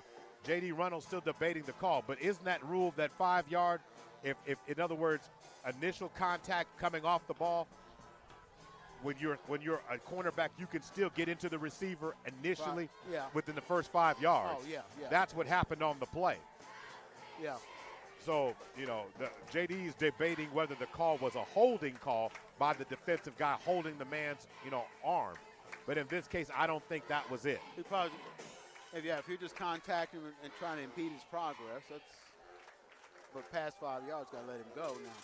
Be interested if they've not had a lot of success going over the middle. So 4th down and 9 here. To me, the guy you got to watch and the guy they should be trying to get the ball to is Zach Wiley. He's in the slot. We've got an empty set with 4 receivers to the right. And coming across the middle, going to throw the ball into the end zone again. Contact, and it's going to be contact in the end zone against DeMontre Butler, which will give them a 1st down. And here's the reality. The reality is Zachariah Robinson was going to have a tough time making that catch anyway. So they're trying to say if the ball was, he made contact to see if they'll pick up the flag. We're going to see here, but I don't think that's the case. No, they're not going to pick that up. Yeah, so it's going to be pass interference against the Falcons here. That's going to move the ball inside the 10-yard line.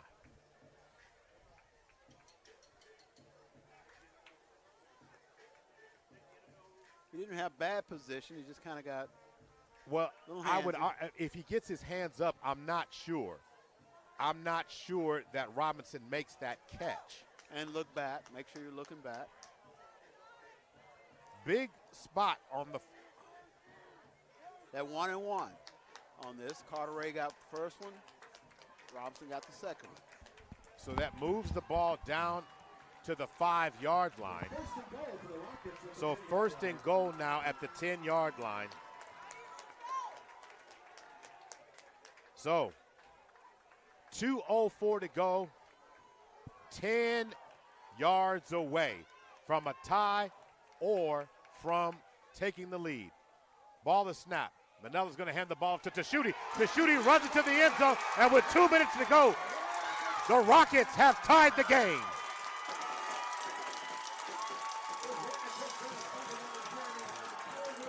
Give it a big load up the middle.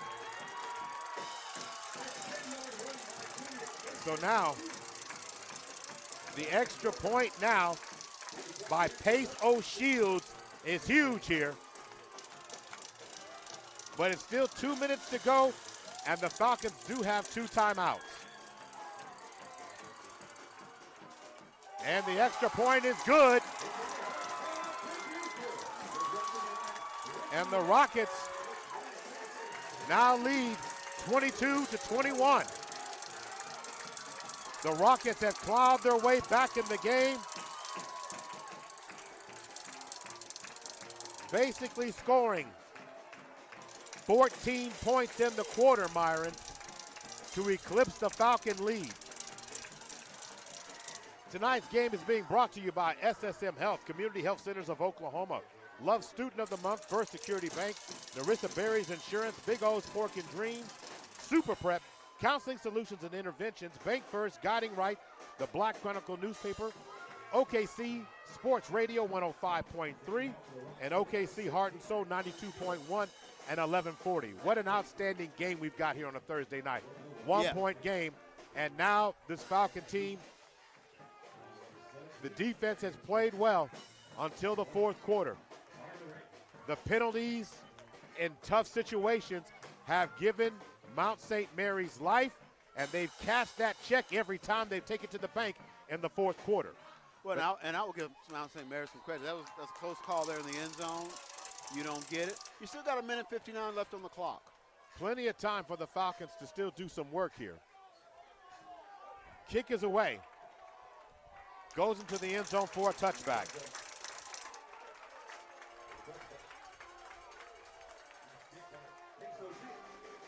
So 1st and 10 from the 25-yard line. So the Falcons control their own destiny now. 2 minutes, 2 timeouts. Plenty of time to get down the field. The Falcons have been able to do it, and right now I expect the most out of this Mount St. Mary's crowd tonight. They've had to fight and claw their way to get back in this game, and they've done it. Now the Falcons need to execute. Ball's officially now, the Falcons have requested putting the ball on the left hash. Can Bly lead the team on a game-winning drive? Ball is snapped. Bly has it. Pass is tipped. Carter Ray still makes the reception at the 30-yard line. Gain of 5. Nice way to pay attention on that one, man. That ball was tipped. It could have been dangerous there, Myron. Yeah, a lot of traffic in there, but he caught it. Let's pick up the pace, get this play in. And 1:38, clock continues to roll. 22-21, Falcons down by 1. 4 receivers. Bly in shotgun formation. Ball is snapped. Bly drops back in the pocket. Throws it, has a receiver open. It's Keys, and he makes the catch just inside the 50-yard line. They're going to say he's down at the 46-yard line. What a catch. Keys had a turn left, turn right. It dropped like a teardrop from the sky. And he got out of bounds. So he stopped the clock. 122. Gain of 16 on the play for the Falcons. And you're right there at midfield with 1:22 to go. Falcons with 4 receivers, trips to the left. Bly in shotgun formation. Clock continues to run. I thought he got out of bounds. He didn't. Pass to Keys at the Rocket 49. Falcons are going to have to pick up the tempo here, Myron. Yeah, you get this. Second down and 5, a minute to go.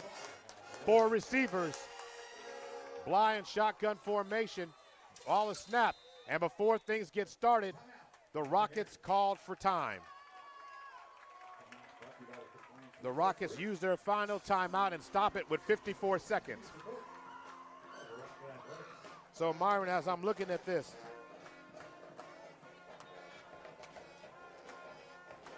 so the Falcons have moved the ball 3 plays in about 26 yards on this drive. Got the ball to 25. You're on the other side of midfield now. And there's been some amazing throws by Bly, but Anthony Keys is having one heck of a game. I think you got to find a way to get him or Carter Ray the ball right now. Yeah, you can do that because we got a couple timeouts left. So throw it to him in the flat. You can go over the middle. You got 54 seconds. I guess how good do you think Young is as far as kicking a field goal? Well, remember, he will be kicking the ball into the wind, but nothing significantly on that. So here we go.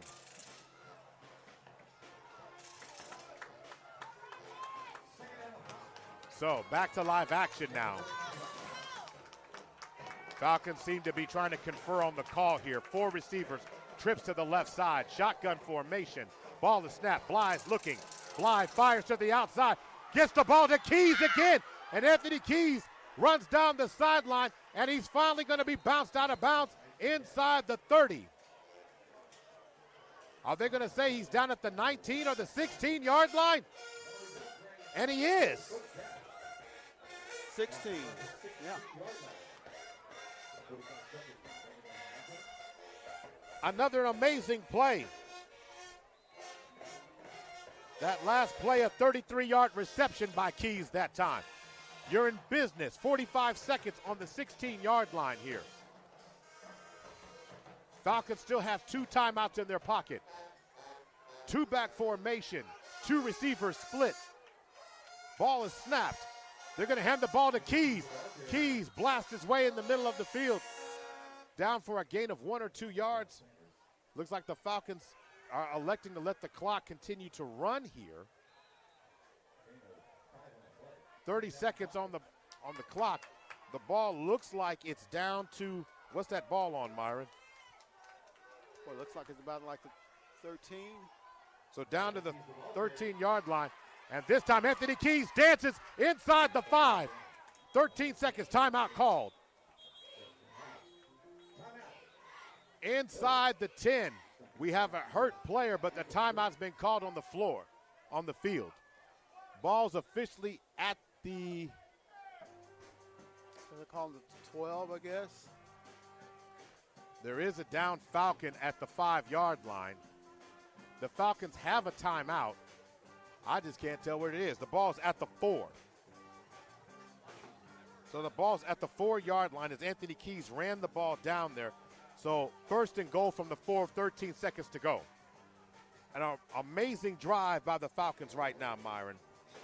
Yeah, it is. They've calmly moved this football down the field. 5 plays, 71 yards. And less than 2 minutes. So here's the reality. The 4-yard line. The 4-yard line is where the ball is. Here's a fact. Denver Young can kick this ball. So if I'm the Falcons, I'm running the ball to the center of the field. I got 1 more timeout left because you don't have to get to the end zone. It's a 1-point advantage. Denver Young can get it. Now, the question is, do you trust your snapper here? Well, so here we go. Big call right here. Diamond formation. 2 receivers split. Ball in action. They're going to hand the ball off to Anthony Keys. And Keys is going to take the ball down. And a timeout's going to be called with 4 seconds left as he centered the ball. Keys centers the ball there, Myron. A field goal to win it. Down to about the 3-yard line.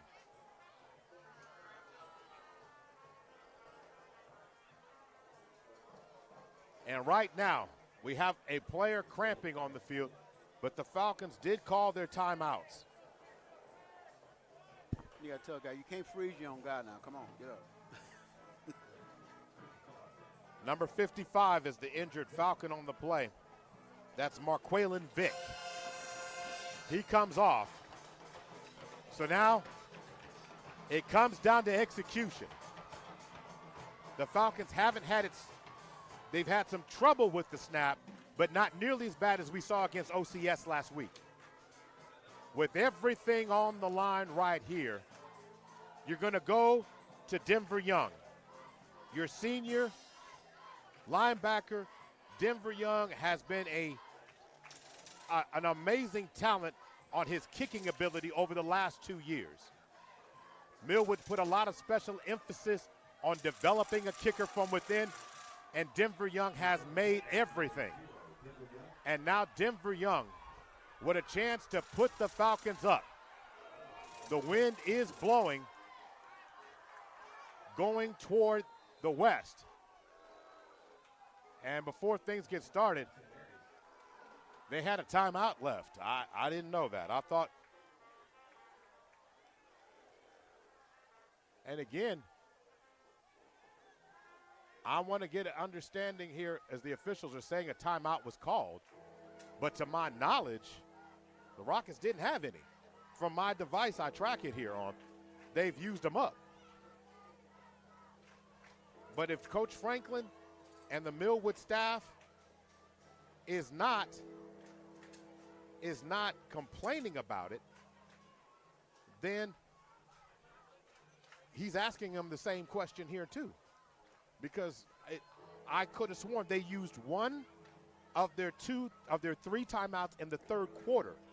They've used two in the second. So they're saying has to be one of them had to have been an official's timeout for me to have it wrong, because again, I could have sworn the timeout had been called. But regardless of the situation, it's still what it is, because there's been questionable calls all night long. Just add this one to it. But here we go. Denver Young kicking what amounts to be a 24-yard kick. And through the uprights it goes, and Denver Young kicks it into, and it's not over yet. Got a second. Got a second left. Now you get off the field, you can get a again, flag it's not here. over. It's not over. But the field goal kick is good. Denver Young was money. Straight through the uprights. I think he would have been good from further out. He said, what win? So again, conversations are going on after the fact. 1 second on the clock. Well, I'm sure they're wanting some kind of penalty against Millwood for running everybody on the field. Have them kick it out further. Should have been an unsportsmanlike is what the Mount St. Mary's coaching staff is saying. Yeah, and so that they would have to kick it out further, which means they get a better return. They got to return all the way, obviously. But Denver Young put it right through. There was no doubt on the kick. The Falcons have a 2-point lead now. Well, he's been good all night. I mean, I remarked in the first half, his punting kept Mount St. Mary's backed up quite a bit the entire first half, just with his punting alone. That's with the high snaps that he got. And he's been money all season as far as extra points, field goals, things of that nature. So he's a very good kicker. So right now, I'm going to tell you what they're going to do. They should squib it. Yeah, they're going to make them. They're going to make squib them return. No, yeah. Squib it, and you need to get it away from right here to Shooty, who's sitting here in the middle. He's coming up. You got to find a way to get it in one of the gaps here. Have that ball roll around and have them have to pick it up. And it is. The ball's going to take a bounce, and they're going to pitch it backwards. And at this point, the Falcons tackle, and the Falcons upset the Rockets at home. Game is over. And the Falcons take down number 7, 24-22. Heck of a game. Heck of a game. What a play. What a game. Thursday night football tonight. The Falcons catch the Rockets on a Thursday night. It was a great game. It was a great game. Yeah. Thank you. We're going to take a timeout. We'll be back for the post-game Counseling Solutions and Intervention and SSM Health post-game report coming up in just a minute.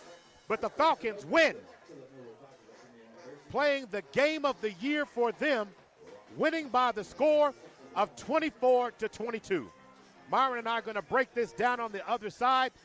You're listening to Millwood Falcon Football, brought to you by SSM Health at St. Anthony, First Security Bank, Love Student of the Month, and Counseling Solutions and Interventions. We'll be back in 90 seconds.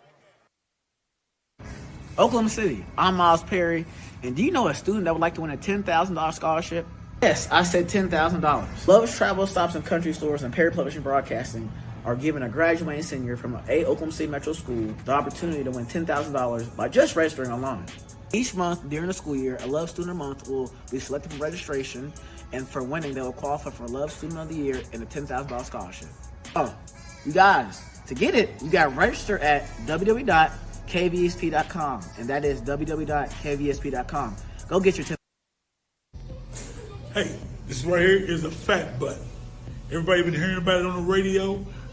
You can come to my Millwood City location, 6003 Southeast 15, or you can go to my admin, 285 South Santa Fe. Come get you one of these taters.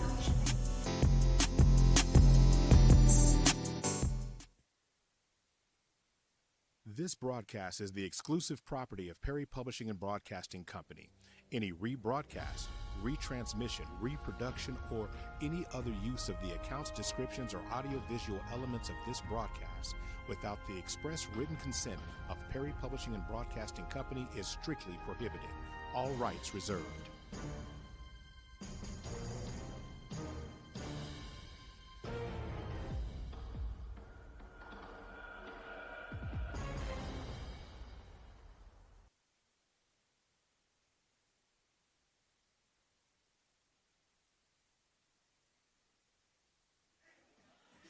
Welcome back to postgame. Millwood Falcons are victorious 24-22, Myron. It's hard to put into words on the game that we just witnessed here tonight, but I have to say it was a tremendous game on Thursday night for both schools. I thought it was an entertaining game on so many levels. But the Falcons did what they needed to do. They packed the defense, and what do you know? The offense, when it was needed at the end, was able to catch Mount St. Mary's and drive down the field with less than 2 minutes to go, setting up a game-winning field goal by Denver Young. Yeah, Donnie Bly, just a freshman, showed a lot of poise leading them down, didn't seem rattled. Coaching staff called some great plays, but you got to execute those plays, and the entire offense did a really good job. I mean, they weren't rushed and made some big pass plays and ran it right down to the end. You get a field goal with a second left, and so it was. They got to be extremely proud of their guys, because you can see the growth in this team as this season has gone along, and so many freshmen, so many sophomores, guys like that had to come through for you. And, of course, guys like Anthony Keys, his big run for 75 yards or whatever that was, I mean, that was just such a huge play that gave them a two-score lead, or actually led to giving them a two-score lead. Is one of the best runs I think I've seen him make this year. I mean, I think it's top shelf. So, and, of course, the defense the entire night doing their job. No, the defense did the job. They gave up 14 points in the fourth quarter, but the Falcons needed 10 to extend the lead, and they got that. The game, going back and trying to recap this game if I had to, the Falcons, you know, we talked about the keys to the game. The keys to the game was to play 4 quarters. The Falcons did, okay? The Falcons did, and they did enough to win the game. We also talk about starting fast. They scored the first points in this game, put the pressure on Mount St. Mary's early. And then finally, when I had said finally was limiting mistakes. Yes, the Falcons had some untimely penalties, but the mistakes that were made, they were able to overcome them. That's the major growth by a young team. This time, this year, this team just leveled up. If you watched this game or heard this call, this team leveled up. Now I'm going to go back to a question I asked you earlier, Myron. And I said, is it possible the Rockets, the players, not the coaches in this case, they overlooked the Falcons? I don't think so, man. I say this is the definition of a trap game, in my opinion. You say it's not. No, I don't think so. I think Millwood played really well. I think Mount St. Mary's, again, moved the ball all night, unless you say when they got inside the 10 and said, oh, we got this. I mean, they moved the ball up and down the field, but Millwood's defense, when they got within within 15 yards, they really stiffened up. I mean, they stopped them twice within the 10-yard line, and even in the fourth quarter where they scored, Mount St. Mary's, they're a good football team. I mean, the touchdown pass to Zachariah Robinson, I mean, that's well defended, but he's about 6'2", 6'3", and he used his size. Closer to 6'4", if you ask me. Well, and maybe that he just used his size to make a good play. I mean, they're going to make plays also. I'll bet if you talk to Coach Franklin, yeah, you wish you'd held them scoreless in the fourth quarter, but they make plays too. So I don't think they overlooked them. I thought Millwood just played really well. I think that's one of the things. And like you said, in tonight's game, you're talking about Mount St. Mary's put up 374 yards of offense. Millwood put up 320. Yeah. So when you look at the total yards, it's not like you saw one team not taking it seriously. It's just Millwood played better in the key moments and the key stretches of the game. Can we just leave it at that? Yeah. Well, because here's the deal. Like I said, when you're a program like Millwood and you want as much as they have, football, basketball, you name it, okay, if you think they're not good, and I bet those coaches, I know they didn't think they weren't talented, but even if the players don't think that, you think they're going to say, hey, they're not very good, we're going to take it easy on them. No, they're going to say, we're going to drive them in the ground, because how many times do you get to do that? Right. Hardly ever. And that's obvious there. The Falcons are going to let their horns play on a tough and well-earned victory. This is a win that will define a season that was going one way and automatically has a chance to turn. So in this case, I agree with Myron. Myron made his case very well that they weren't overlooked in this game. But in this case, Mount St. Mary's falls to 6-1. The Falcons improve on the season overall when we start talking about to 2-4, but better yet, 2-2 in district. And now they have a big-time win over a ranked opponent. So a lot of the angst that the Falcons have been dealing with, they now get that off of them, at least for tonight. And next week they get to look toward Chisholm. Now it's time to look at the Beast of the Week, as it could be for the nominee for the Prep Zone. Remember, check this game out tomorrow on Prep Zone. D. Wright, Coach Luke Orvis have a show on KINB OKC Sports Radio 105.3, in which they talk about the high school games. This one does change the landscape of things quite a bit. But tonight it's time to choose the Super Prep player of the game, and I don't have to ask Myron because we know who it's going to be. The Super Prep is, of course, the premier sports outlet featuring the very best in high school and college students and the athletes in the city, state, and nation. Super Prep can be found on OKC Sports Radio 105.3 and, of course, on OKC Sports Radio. You can find them on all social media platforms at Super Prep. The player of the game, I will give you an option, Myron. Donnie Bly, 16 of 24, 203 and 3. It's his best game of the season.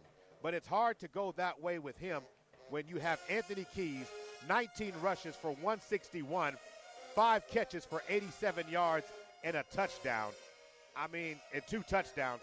Myron, it's kind of hard to overcome him on that. And 248 all-purpose. Yeah, and again, that cross-country run he made, I think that was a really, really big key in the game for them winning the game, because it led to a 2-score lead. And once he got past the line of scrimmage, certainly the guys up front, but then when he got into that second level, that's him just making guys miss. He's turned this way, then he turned that way. They thought they had him, then he got another 15, 20 yards deep. I mean, so to me, that was a key play of the game. So, yeah, I'm going with Anthony Keys. So with that being said tonight, of course, overall, the player of the game, when I look at it overall, would have to be Anthony Keys. 248 yards of total offense tonight, 87 receiving with 2 touchdowns, 161 on the ground, 248 all-purpose. He is our Super Player of the game. I want to thank all our sponsors for tonight's contest. Love Student of the Month, First Security Bank, Narissa Berries Insurance, Big O's Pork and Dreams, OKC Sports Radio 105.3, SSM Health, Community Health Centers of Oklahoma, Counseling Solutions and Interventions, Bank First, Guiding Right, and the Black Chronicle newspaper. Hey, Falcon fans, celebrate this one. Hard-earned, and the team grew up tonight. Want to thank our producers. This one's going to go, when people hear this score, this one's going to say, what? Yeah, exactly. This is going to get a lot of attention. Want to thank our cameraman, Mr. Deshaun Birch, our on-site producer, D. Prince, our in-studio radio producer, Mr., of course, Lando Booman, holding us down. He's Myron Patton. I'm Maurice Prince. Hey, the Falcons win. Fly, Falcons, fly. Touchdown, Millwood tonight as they emerge victorious tonight by the final score of 24-22. Now, they have time next week. It's on the road against the Chisholm Longhorns next week.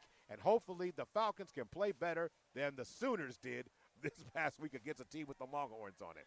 So, for Myron Patton, I'm Maurice Prince. You've been listening to Millwood Falcon Football, brought to you by